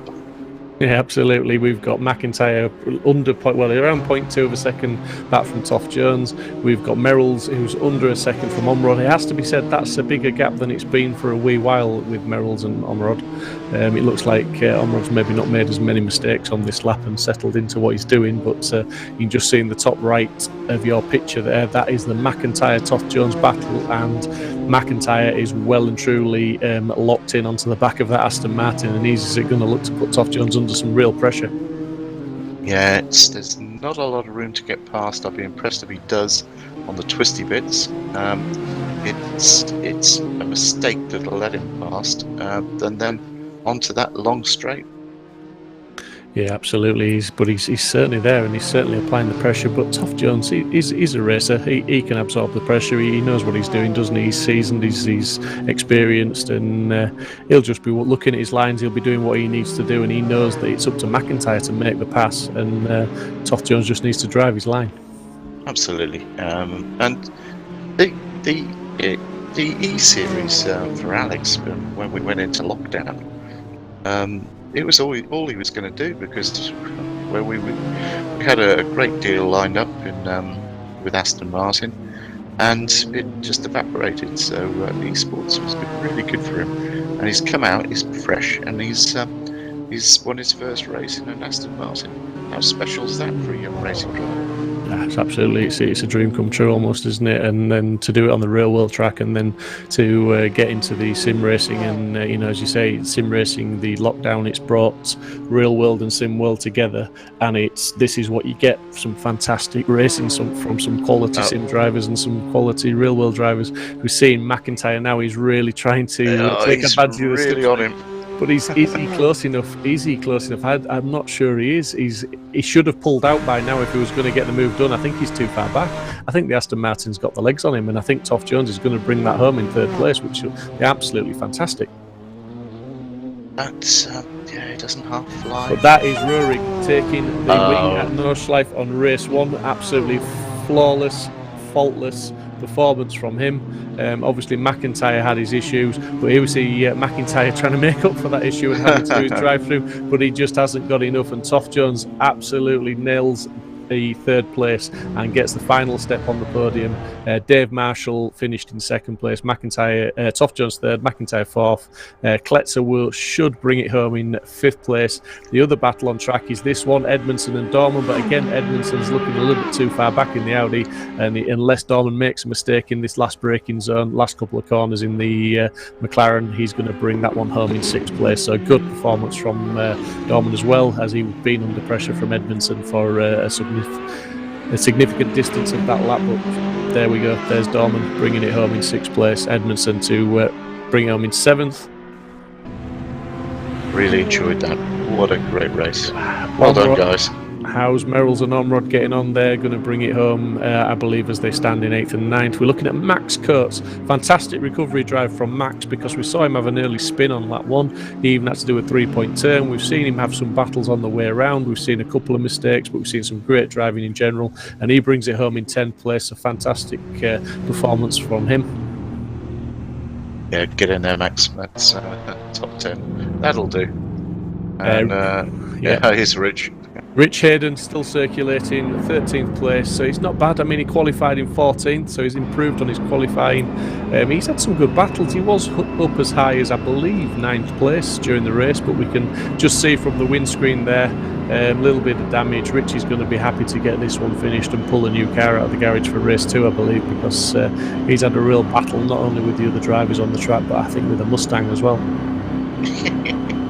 He's sweating like an athlete here. Somebody give him some Lucozade Sport. Absolutely, the drinks are available. He'll be ready for that one. But what an awesome race for the first race at Nordschleife this evening. We knew it wouldn't disappoint, and it very much didn't. Some fantastic racing from the lights out to the checkered flag. Some close battles throughout the field. And that was a great appetizer for race 2. Yeah, can't wait. That was great fun. And let's dive into the. Are we going straight in, or are we going straight in, or are we going to give them a bit of a? Yeah, let's go for a chat with the guys in the interview booth. Let's see who we've got down there. Good evening, gentlemen. We've got Alex Toth-Jones, Dave Marshall here. So, Dave, to you first, buddy. As you brought that one home in second place, mate. Fantastic result. 100 kilos of ballast on board. So, yeah, well done, buddy. How was that for you? Yeah, I'm over the moon with that, to be honest with you. You know, it's tough lugging 100 kilograms around here, but luckily I regard it as a bit of a sim driver's track. You know, the lads who's done thousands of laps on over the years on this track know it like the back of their hand, and the people who's jumped on, you know, this week to practice the track, fair play to them. The lads who finished top 10. Yeah, I know I did a coaching session with Harry Omerod last night, and he'd only done 6 laps around the track in that coaching session, and that was it. So for him to be finishing as high as he did, fair play to everyone who finished behind us. No, we did see some fantastic racing throughout that race, didn't we, Martin? Yeah, we did. David, it must be quite amusing having your big fat mate in the car with you going around that circuit. 100 odd kilos. That's some handicap.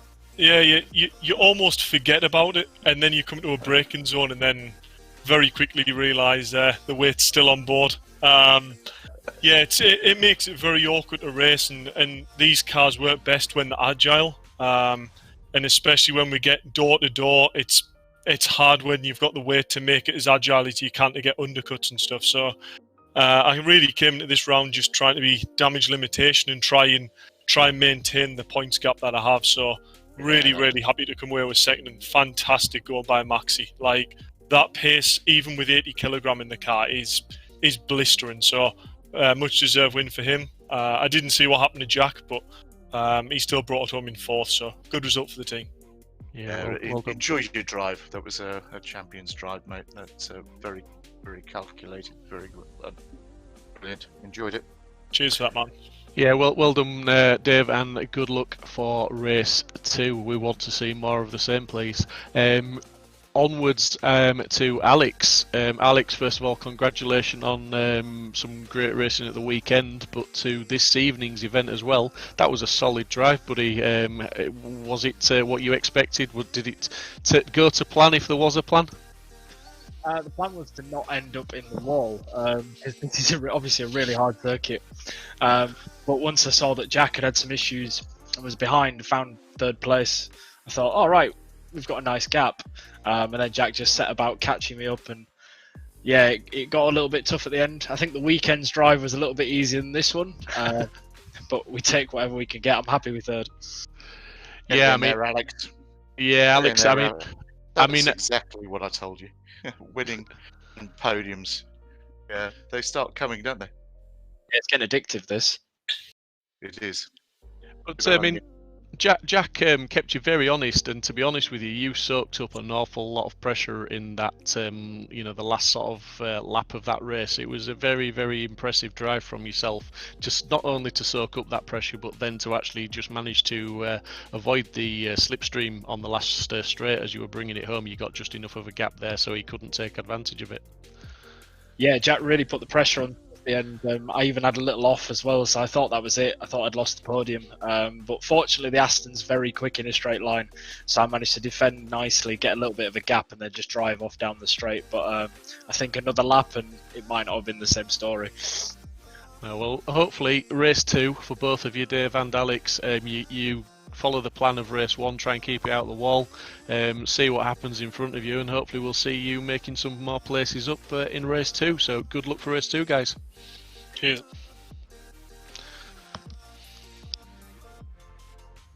So that was Alex Toth-Jones and Dave Marshall. Second, Dave Marshall was second, Alex was third. As we saw in that race, some fantastic racing from the guys. Dave Marshall pretty much had, I won't say lonely race in second, but he did what he needed to do. He brought it home. But Alex was the man, certainly under pressure towards the end of that race, and he absorbed it. As I said in the interview there, he soaked it up really well. But some awesome racing throughout the field there, wasn't there, Martin? I thoroughly enjoyed it, and that's a big circuit to actually get that sort of entertainment throughout. 30 minutes on a long circuit. That was impressive entertainment.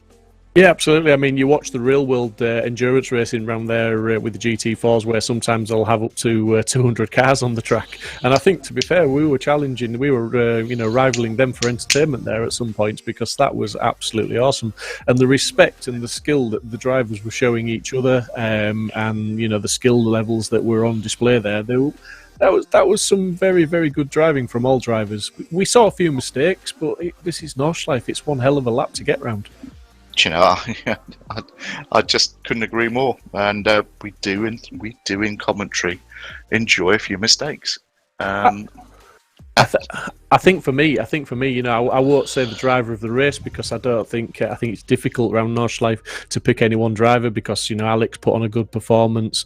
Obviously, our race winner put on a good performance. Dave Marshall, they all did, but Max Coates, made mistakes early on in the race, and then he just picked the baton back up and just attacked again, as I'm pretty sure he's going to do now, as we're waiting for the lights to come on in the second race. He just hops in it and drives it like he's nicked it. Not that I should say that, but he does. Right, okay. Here Red lights. Long hold again. And it's go. They're all getting a little squirrely off the line there as the back ends break free under the power, and we're just watching Edmondson there challenging down into sort of sixth place, I believe. But we've got Max Coates, is that on the inside line? And I think that's Risk on the outside. Oh, it's Edmondson. No, Max has got it. Yeah, it looks like Max has got it. Risk second, and I'm not sure if it's BMW or Audi third, but it looked like Edmondson's got the inside line for third at the moment. And a great start from Toff Jones from way back. What a great start. Is that James Merrills as well? James Merrills as well. Yeah, absolutely. So a good race for MSL so far, albeit the first 2-3 corners, but they're certainly putting a good show on now, and hopefully they can build on that, as Max Coates now has a clear track in front, but a very busy track behind. Edmondson just gets sideways there and off the track. I'm so glad he went forward and not backwards there. Yeah, everybody streams past him and just carries on, and Edmondson will rejoin, but he'll be in last place. But no pressure, as McIntyre and Marshall go hammer and tong there side by side, and they're battling for position. It's looking like Marshall's got the inside line there, but that's going to turn to the inside for McIntyre if that job's done. Oh, and Toff Jones, he's fancying this one. He's equal in his first race position already. He's in third place, Merrill's in fourth. So Max Coates out in the lead, nearly got a second on Rask in second place, Toff Jones third, Merrill's fourth, Omrod fifth, McIntyre down in sixth, Marshall seventh, and Rask lost it there, so Rask is going to drop down the field again. We saw Rask making a few mistakes in the first race. Right. Okay, stop it there, because MSL top three, that'll do. Unfortunately, 28 minutes to go, and a few drivers with a different opinion. Absolutely. Oh, these guys are racing. This is brilliant. Yeah, this is, at the end of the day, we've got the 10-10 guys of McIntyre and Marshall need to be careful. They don't want to trip over each other. They really do want to play a bit of the team game if they can here. They need to just be measured in their approach and try and get Omrod out of the way, and then put the attack on Merrills. But at the moment, it looks like they're just going hammer and tong. Yeah, what we've seen through the season is that in most of the races, P1 has got away, because P2, 3 and 4 have been squabbling. And you've got James Merrills playing a sterling role for MSL here. Yeah, and he's Rask just making a recovery drive there, but Omrod's gone wide in that BMW, and that's allowed McIntyre and Marshall to get through. So that's McIntyre and Marshall. McIntyre up to fourth, Marshall in fifth, and they are now side by side again. So they are playing the team game. They are battling for position, and they're battling for the driver's title. Yeah, they're racers, so they're getting on with it. Marshall retakes McIntyre, we see there, and he's back up into fourth place. But we're just looking at the top screen there, and we're seeing Dorman and Rillig trying to get through. Obviously, Rillig hasn't had the best of starts. He's battling away down in 13th place at the moment. It's interesting, this reverse grid. The guys, have just had stocking starts. Alex Toff Jones, he must have seen.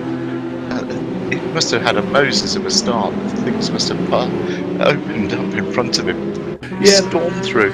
He did. He had an absolutely fantastic start. But I'm just going to go back to some comments I made in race 1 about O'Farrell. I've just sort of catching glimpses of him in the top screen there, and that car is still looking very, very loose. So I'm not sure it was the damage as we've seen. Was that Omrod into the wall? Yeah, Omrod into the barriers there, and that's going to have done some serious damage because that was a hard hit, and that's his second off on this opening lap.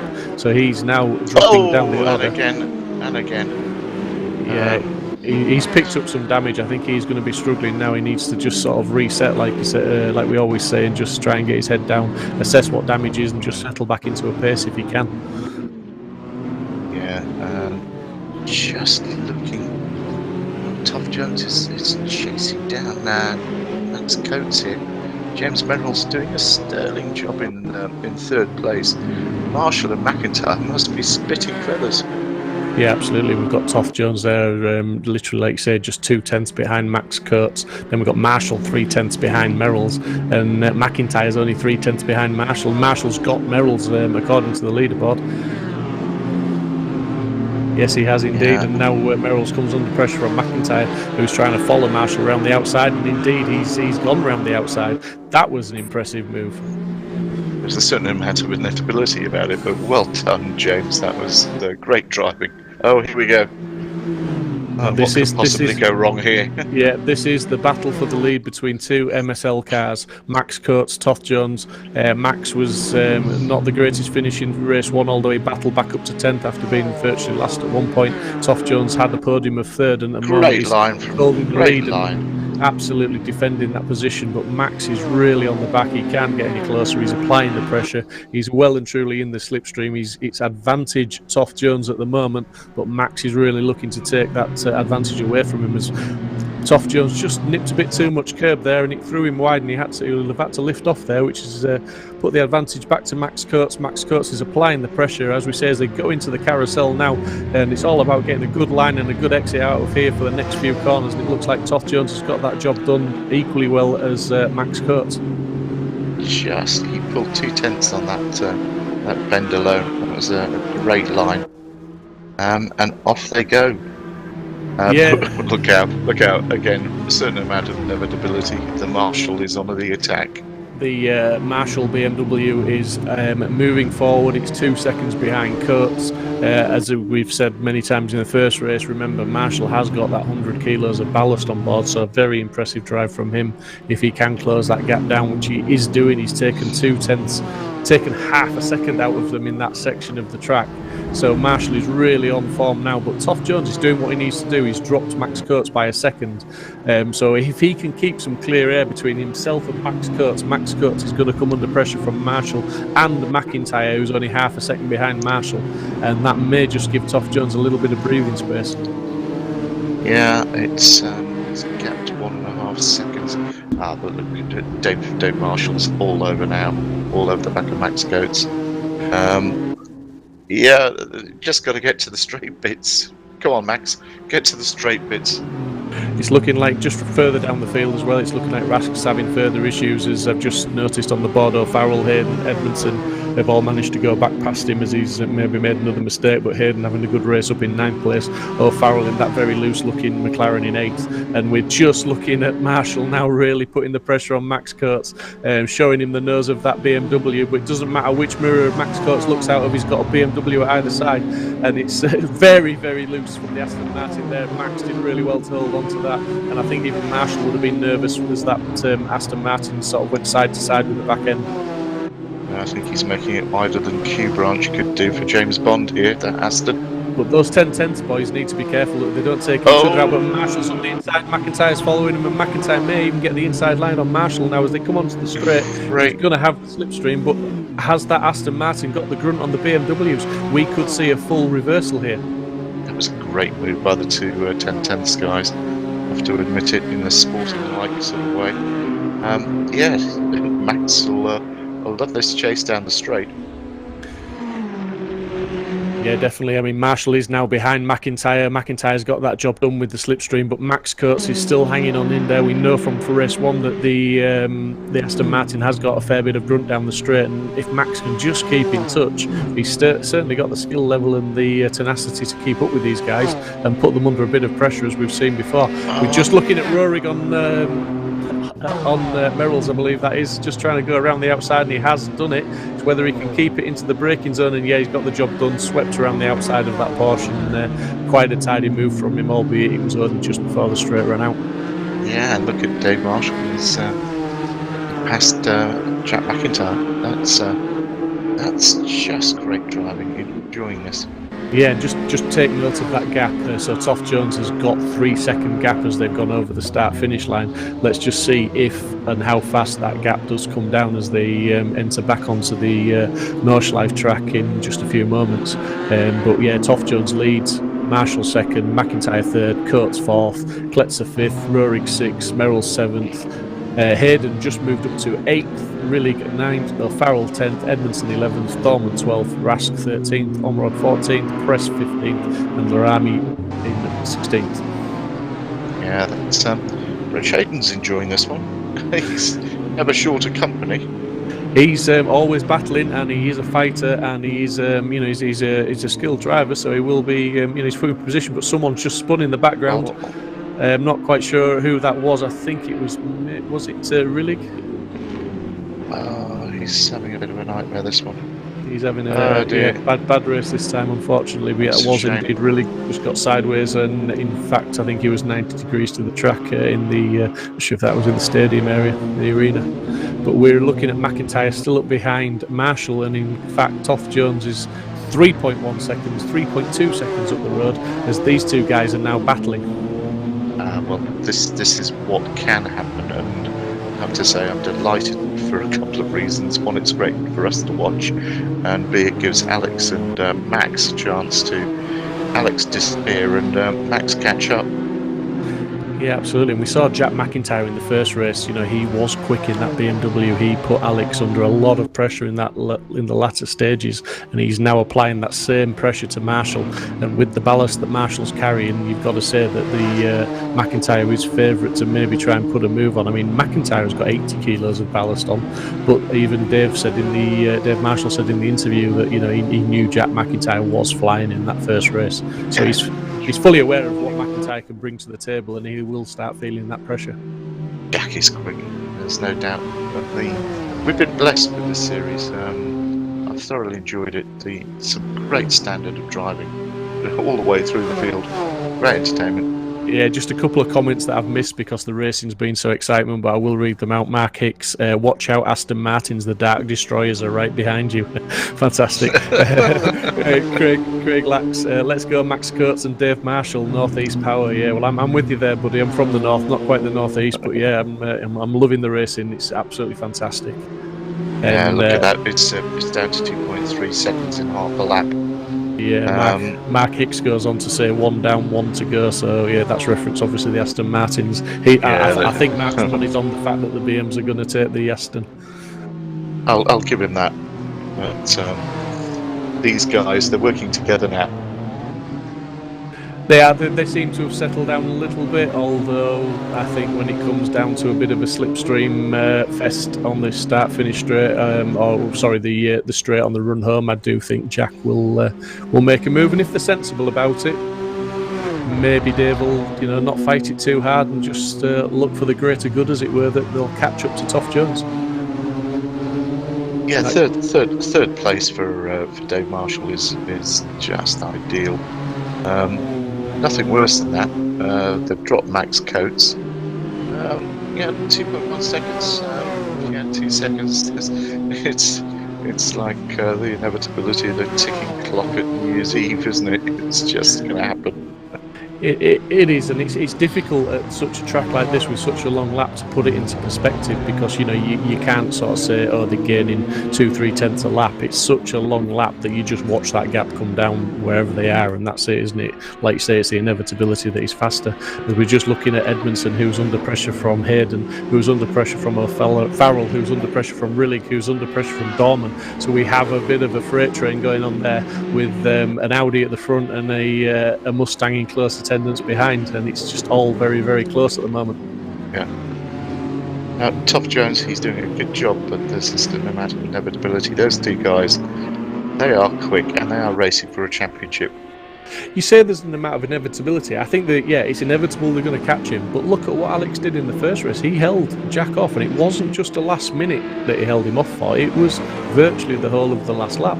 He put the performance in, he soaked up the pressure, as we can see now on screen that they are literally running as one, all three cars, and we're seeing Marshall using some of the grass there as he's now trying to draw alongside McIntyre, and if he can hang this round the outside of this slight right into the left, he's got the inside for two very important corners, and he might just get that move done, and I believe he has. Yeah, what could possibly go wrong here, as we say? No, he's discretion the better part of Valor, as he's just dropped back in behind McIntyre there. But yeah, I think if they weren't teammates, he may well have tried to make that move stick. Yeah, I just go back to my statement. It's inevitable, but yeah, well done, Alex. Good effort. We'll take another podium. Yeah, absolutely fantastic performance, because you've got to say Max Coates, who's also having a good race in the second race, he's in fourth, but he's 5.5 seconds behind Marshall. So as we're now seeing McIntyre trying to get up alongside Seth Jones, but I don't think that's going to work. Indeed, he's had to give the move up and drop back in behind again, and this isn't really the place for overtakes unless your opponent makes a mistake. Toff Jones has just run really wide up onto the curbs there, but again, no room for McIntyre to capitalise on that mistake, and Marshall, I believe, he's sat back a little bit, he's watching, he's just waiting, and he's going to see what happens in front of him. But he's just watching this. That's a sensible thing to do from Dave Marshall's point of view. Allow yourself enough room, but be close enough to pick up the pieces. Yeah, Toff Jones is soaking up this pressure really well, and to be honest with you, I do believe he's going to soak this up for a little bit longer. That's Edmondson sideways again on the track, and that's Hayden off the track. So I wonder if those two have come together, and it looked like Hayden was maybe waiting for Edmondson. Two separate incidents observed from the director there. Just the Hayden and Edmondson both departed the track there, unfortunately. Right, here we go. Needs to get a good line off this next. Here we go. This is going to be close. Yeah, I'm not sure there's room for a pass down here. It's all about just keeping it as close as you can through here. As it jinks left, jinks right, and then absolutely flat out through this slight left into this right-hander. And this is where you start breaking it down, drop it down a gear as you go into the right-hander, then you drop it down another gear as you head into the left.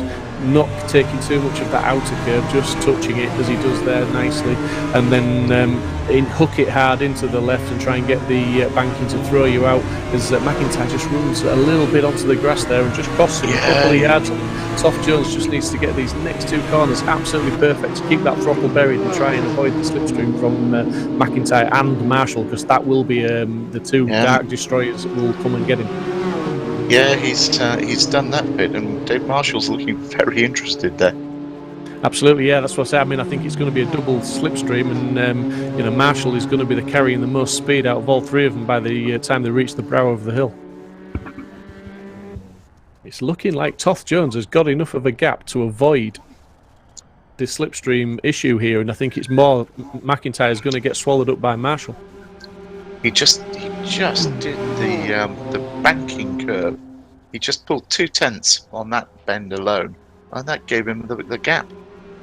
Absolutely, yeah. I think McIntyre was just pushing a little bit too hard, and as we said all along for that lap, Marshall had just dropped back to watch and see what was happening, and Marshall has now got back up into second, as we saw Jack McIntyre hitting that inside curb very hard. He needs to try and just settle down and avoid mistakes like that, because those are the mistakes that are costing the odd tenth here and there. Marshall's going to have to defend into turn 1, and he's following Toff Jones on the inside down into turn 1, and this is going to be interesting as McIntyre tries to go around the outside, which will turn into the inside if he can make that stick. But Marshall just got a little bit loose coming out, and it looks like McIntyre's got the inside line, and he has got that move done. It's very clean racing from these guys who are actually racing for a championship, and McIntyre goes a bit wide there, and Marshall's got him again. Oh, this is great stuff. That was just wheel arches touching, and then that looked like McIntyre just taking to the grass, but it's still Marshall in second, McIntyre in third. But most importantly of all, Toff Jones still in the lead. There will be another lap after this one. Yeah, this is going to be a long 11 minutes for Alex here. And I don't want to point this out to you, Martin, but I am gonna. Rurik is now less than a second behind Coates. So he's managed to close that gap right up to Max. So we're going to have the Aston Martin defending against another BMW. Well, I say very shortly now. It's right now. Yeah, Rurik's had a great drive to get back up to the front here. And yeah, we'll see. These two guys are actually allowing Alex to get away a bit. Yeah. Okay. I was going to say. I mean, Alex is doing what he needs to do. He's covering his lines. He's driving the racing line. He's doing very little defending. Oh, that was cheeky. That was very cheeky. The door was left open. There was not. They aren't defending against each other too hard, but they are attacking hard. As we see on the bottom screen, Max Coates just made a little bit of a mistake there, swallowed up too much curb, cost himself some time.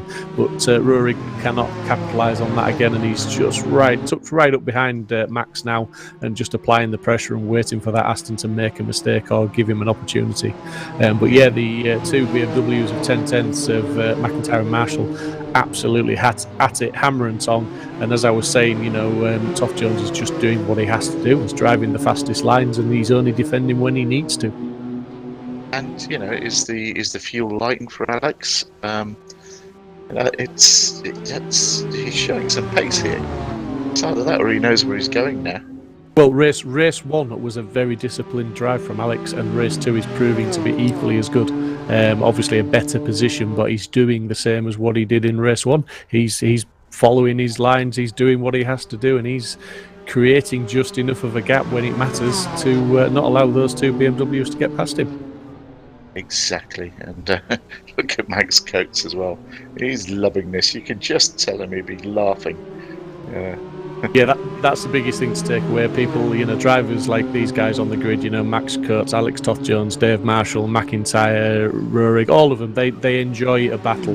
There's very, very few drivers that actually want to just disappear into the distance and not have a battle, because the Nordschleife can be a very lonely place if that happens. There's nothing like battling drivers of equal ability on the track, and certainly there's plenty of that going on this evening as the two BMWs of McIntyre and Marshall are closed right back up onto the back of Toff Jones again within half a second of him. Max Coates further down in 4th, defending against Rurik in 5th, equally as close. Absolutely awesome racing from the whole of the top 5 at the moment. Yeah, absolutely brilliant. And the lines, the defensive lines from the two Aston drivers, it's exemplary. This is a textbook drive. That said, look out. Yeah, it's not over till it's over. As we've said, they're going to complete this lap, and they are going to come round to do another lap after this one. So we have got, plenty more racing left. As we're just seeing, McIntyre is showing the front end of that BMW to the inside mirror of Toff Jones all the time. Maybe just trying to upset his concentration. Maybe trying to make him brake late. As Max is taking a very tight inside defensive line there. But we're seeing him Rurik behind him. He's got Kletzer in very close attention as well. His way through.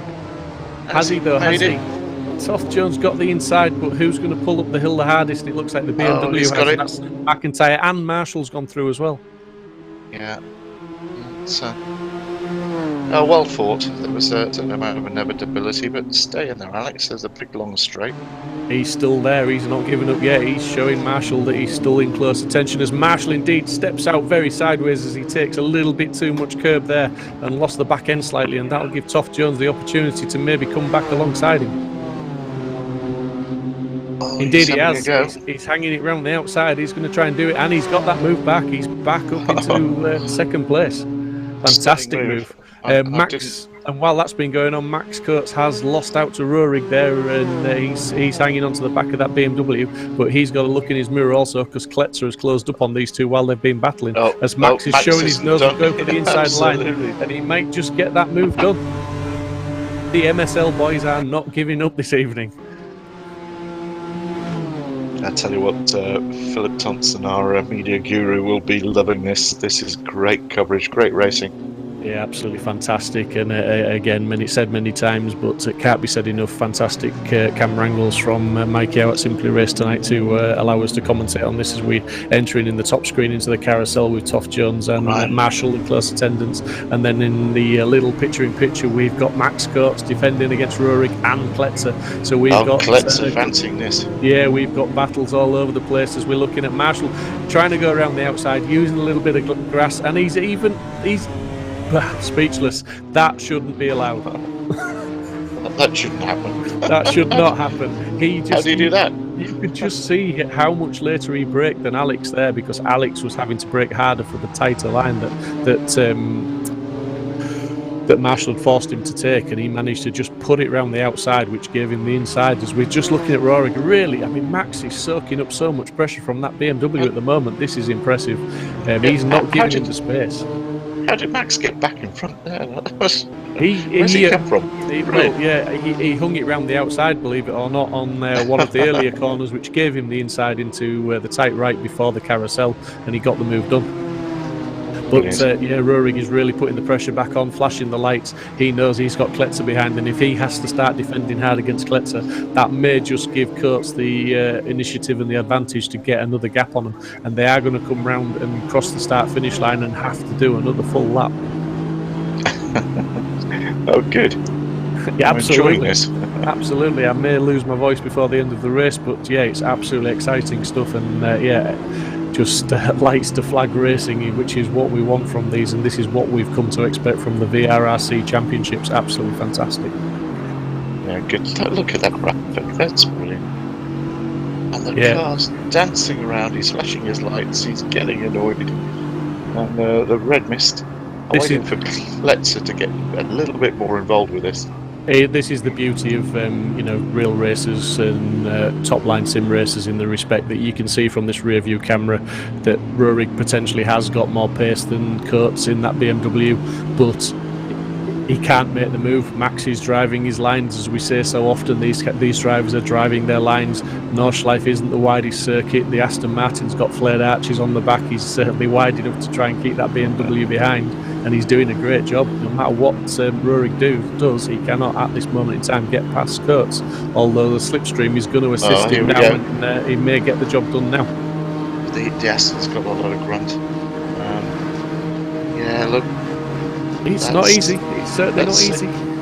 It's just the BMW. There's lights be popping on the dashboard. Rurik he'll be wondering what he has to do. He'll be wondering how many ponies that Aston Martin has got under the bonnet, because it certainly had the legs on that BMW then. I mean, that was absolutely amazing. The fact that the BM was tucked up so tightly from the start of that straight in the slipstream, and he could not make it work. You can flash all you like. I am not moving over. I think we've seen a lot of those drivers on the M40. Absolutely, mate. Yes, absolutely. Stuck in the fast lane, out of the way. Dave Marshall, 1.8 seconds behind McIntyre. Yeah. Do you know what? I think Dave might just settle for that.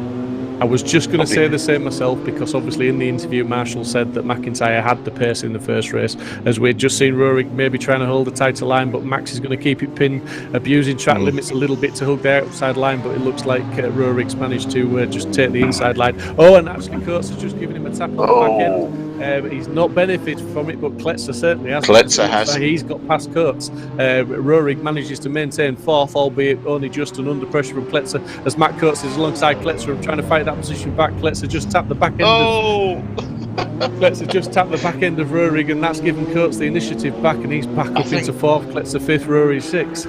I think Max has just sorted out the two locals. Oh dear. What could possibly go wrong?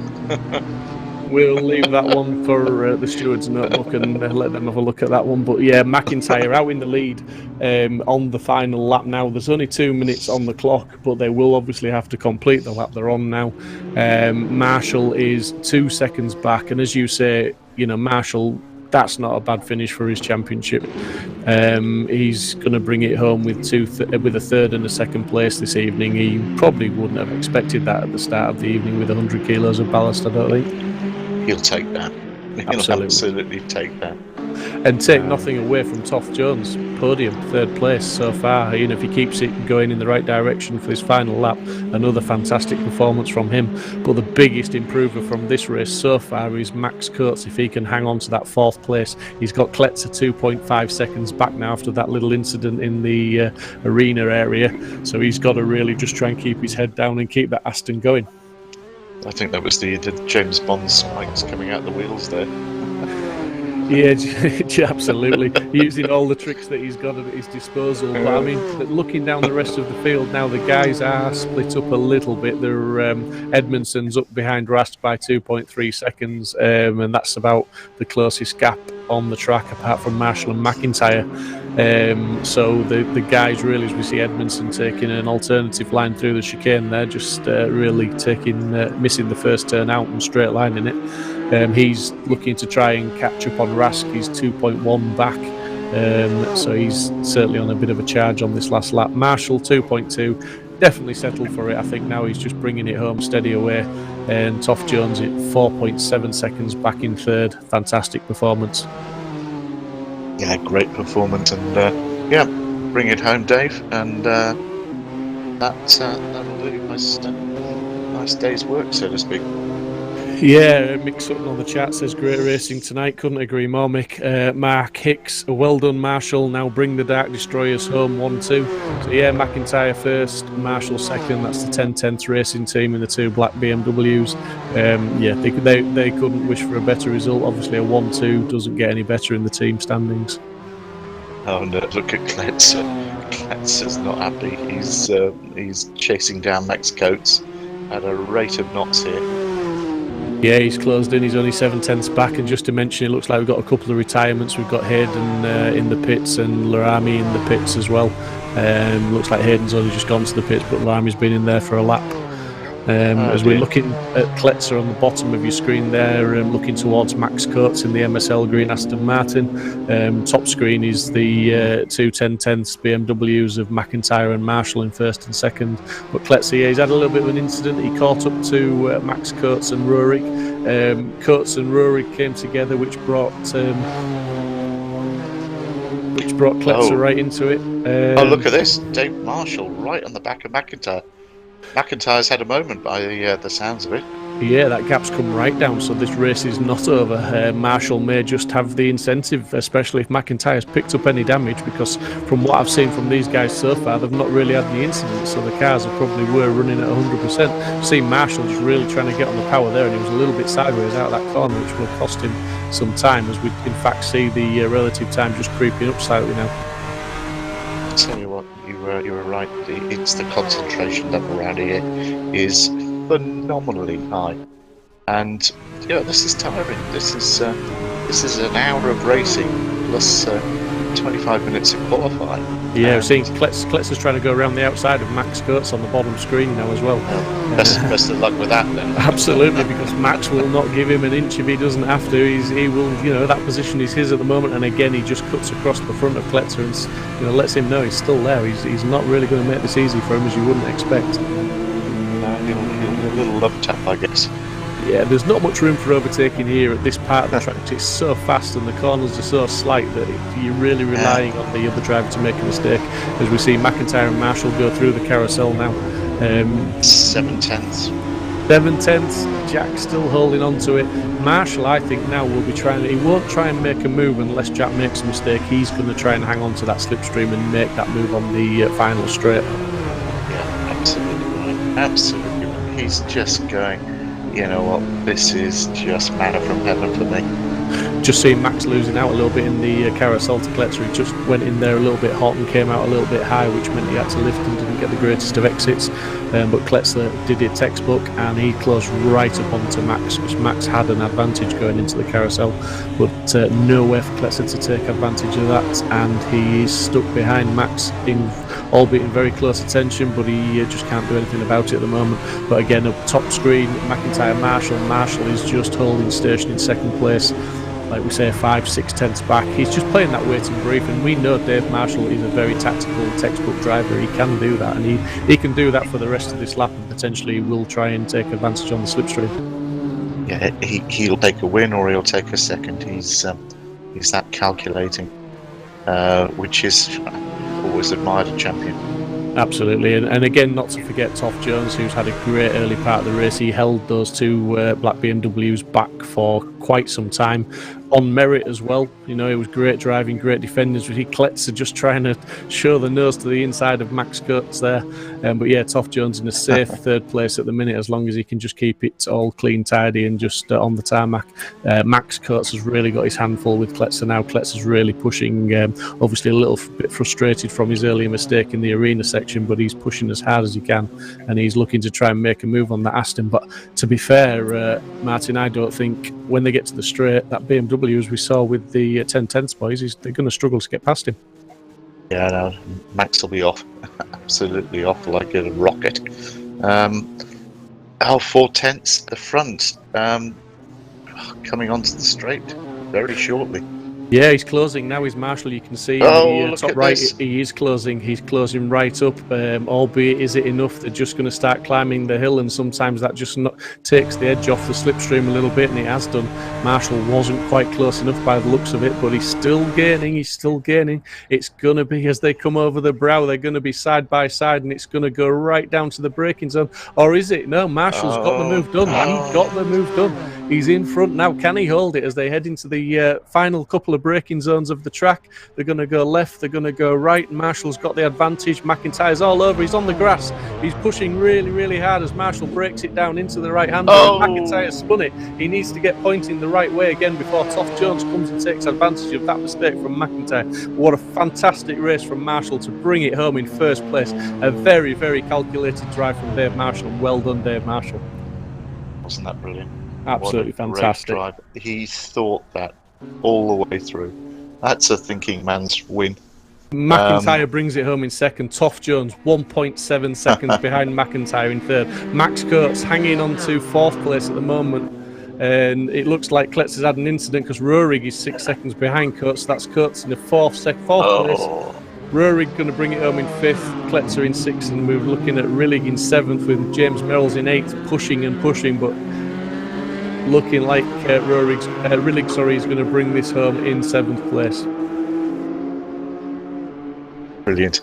Absolutely fantastic. Brilliant. Yeah, I actually got excited there, didn't I? That was fantastic. That was what a great race.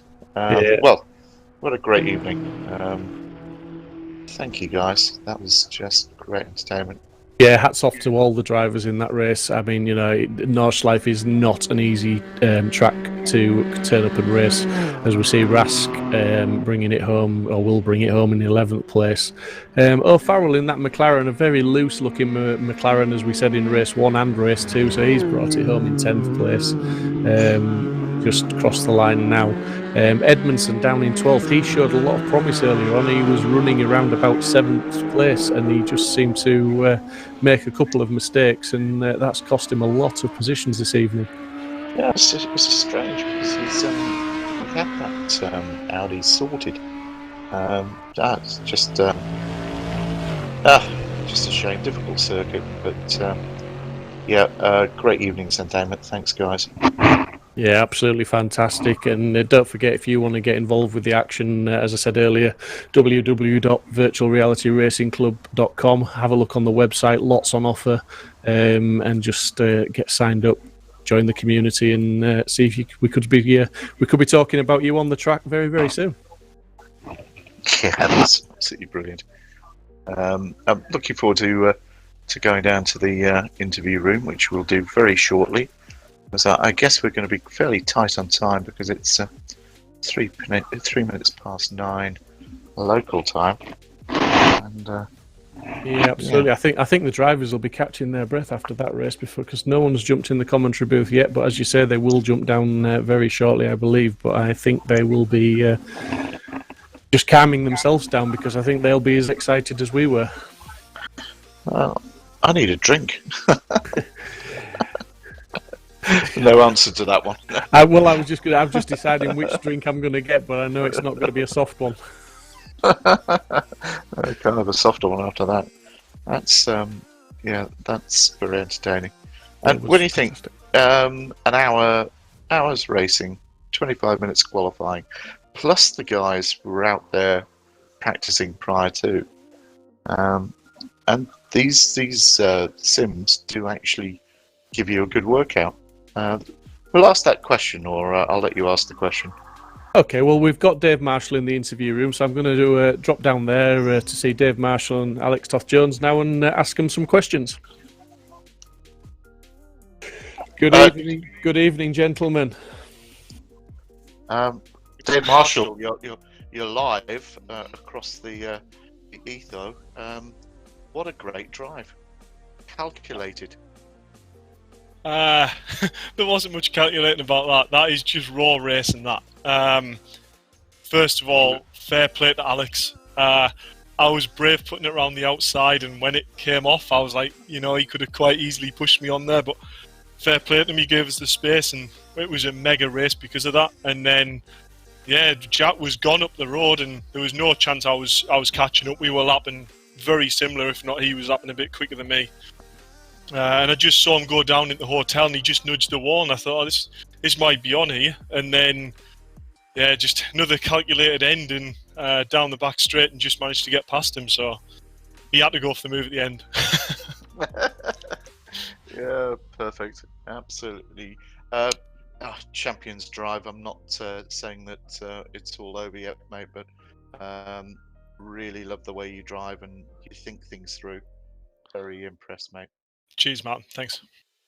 Yeah, we said we were watching obviously very closely there, Dave, and like we said, we were, at one point we were thinking you'd settle for second, but then Jack made a little bit of a mistake that allowed you to close that gap up. So yeah, just nothing more to say than echo Martin's comments. A great drive, and it did, as much as you say it wasn't calculated or play, it looked very calculated, and it looked very impressive, mate.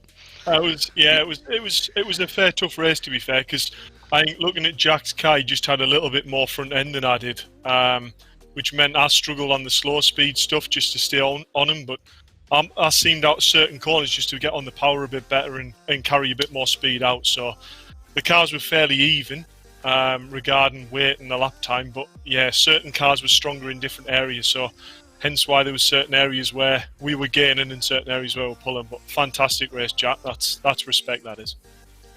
I love your spoken modesty, Dave. You let your driving do the talking for you, and I've been around champions, and that's a championship.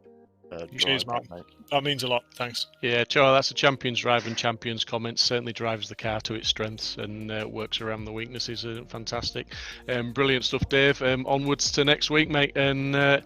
We move now on to our second place finisher, although only just second. Jack, I thought you had that in the bag, mate.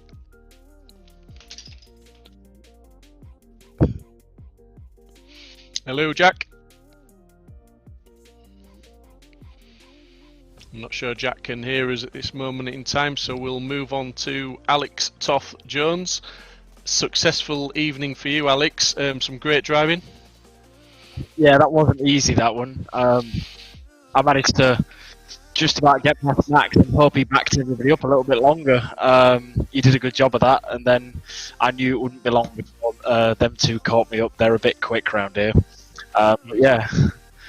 Yeah, I know Martin was commenting a couple of times that it was the inevitability of the BMWs catching you was there, but as we kept saying, to be honest, you proved it in race one that you know how to defend, and Nordschleife isn't an easy track to get by.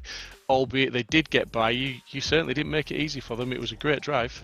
No, I must admit the two moves were pretty mega. I'll take my hat off to that. I had to concede, but I wasn't going to give up easy. Yeah, them two mega fast and proved it. And yeah, we nearly got Jack at the end when they had a bit of a nightmare in the last corner. But no, from the back of the grid, I'll take third again. And yeah, I enjoyed that one. Yeah, Get in there, Alex.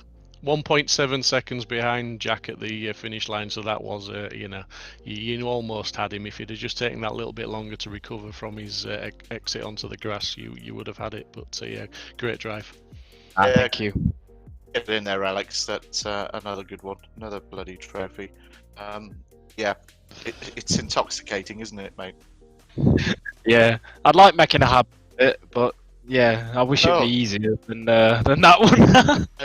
I think it's easy, a bit like you watching you in the gym. That wasn't easy watching that. Work hard, drive easy. Yeah, well, that's kind of it. So, it's a bit like me. I work. I don't work hard. I work smart, and that was a great drive, mate. Thank you. Yeah. Well, I think catch up soon. Yeah, we'll catch you very soon, and we'll catch you, in fact, at the next round. And I think we were going to have a word with Rich Hayden, our Mustang pilot. Fantastic. To be honest, mate, you had a reasonable race in the first race. You got fairly well up the leaderboard at one point, and you were having an impressive drive. But then we saw you have a bit of an off. We went on board with you, and it was the windscreen was in many pieces. So he obviously didn't make your job any easier to wrestle that Mustang around Nordschleife. I tell you what, not being able to see out the windscreen actually made it easier to drive. Just before we go on, is Jack? Jack, are you there? No, is he? I don't think he's here. I think he's probably a bit upset about that last corner. No, it was. I always knew it was going to be difficult in the Mustang at the Nordschleife. But yeah, that was really hard. And then race 2, I decided to play a bit more tactical and keep my pace nice and steady. But unfortunately, I had a couple of people go off in front of me and I caught them. So my steering wheel was 90 degrees to the left while I was driving in a straight line, so I pitted it and retired. No worries. I mean, it was a good performance, like we say, in a car that was always going to be a little bit of a handful around here. But the next track should suit you a little bit. The Le Mans circuit with all those nice long straights for you, and get that throttle buried, and don't worry too much about the corners. Well, I was hoping. not that I put that circuit in just for the Mustang, but but there is a small possibility I can finish in the top 10 next week. Yeah, hopefully. I'll put some laps in. To be honest, mate, based on your performances in the first half of these two races this evening, incidents apart, there's a very strong chance you'll finish in the top 10, because tonight, like I said, the first race was a good performance, and it was just a bit of unluckiness that really it cost you a few places. So I think very strong chance. Yeah, it's just that this car is on. To drive it quickly, you are on the absolute knife edge all the time, and that combined with the Nordschleife, where you need 200% concentration, was just too difficult. So let's hope Le Mans fares better for me. But seems I watched the end of the stream after I'd pitted, and that looked fantastic. And well done to you guys, great commentary as well. So the stream looked great, Mike, and the comments were great too. So thank you. Yeah, thanks, Rich. It was great watching you again, and it wasn't quite the Rich Hayden show from Monza, but you certainly played your part again. And that Mustang is a great wild card in the middle of everything. Sorry, go on. I was going to say, what I would say to anybody watching that organises any races, if you're organising GT4 races and you want some excitement, make sure there's a Mustang on the grid, because as a commentator, if we get a quiet spot, we just need the producer to go to the Mustang, and that's fine. It covers it all. And I'm available for hire to drive it. Well, it takes a special kind of person, mate, to drive it, so maybe you'll get some opportunities. I'm definitely special, for sure. It's definitely special. Yeah. That's what we love about you. I try my best. You're very trying.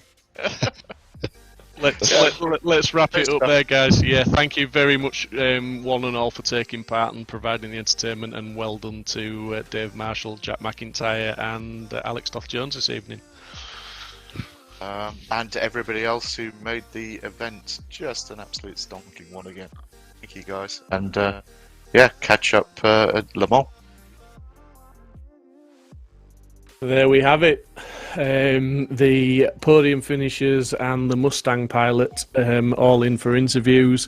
Some absolutely fantastic racing this evening with the VRRC GT4 Esports Championship, sponsored by MSL Motorsport Consultancy. That threw up some fantastic racing, just as the previous round did. I could go on all night, but I won't. Next week we've got Le Mans, and I'm sure that's going to be just as exciting as it is the final round of the GT4 Esports Championship. I've been Steve Proudly. Martin, anything to wind that up with? No, just cheers. I'm going to open a bottle of something nice and just reflect. And I've had a great time. Thanks, Steve. Thanks to Michael Yao and all of the team VRRC. Great event. Thank you. Yeah, thanks to everyone for watching, and be sure to tune in next week. I've been Steve Proudly. That was Martin Jones. Thank you very much for watching. Good night.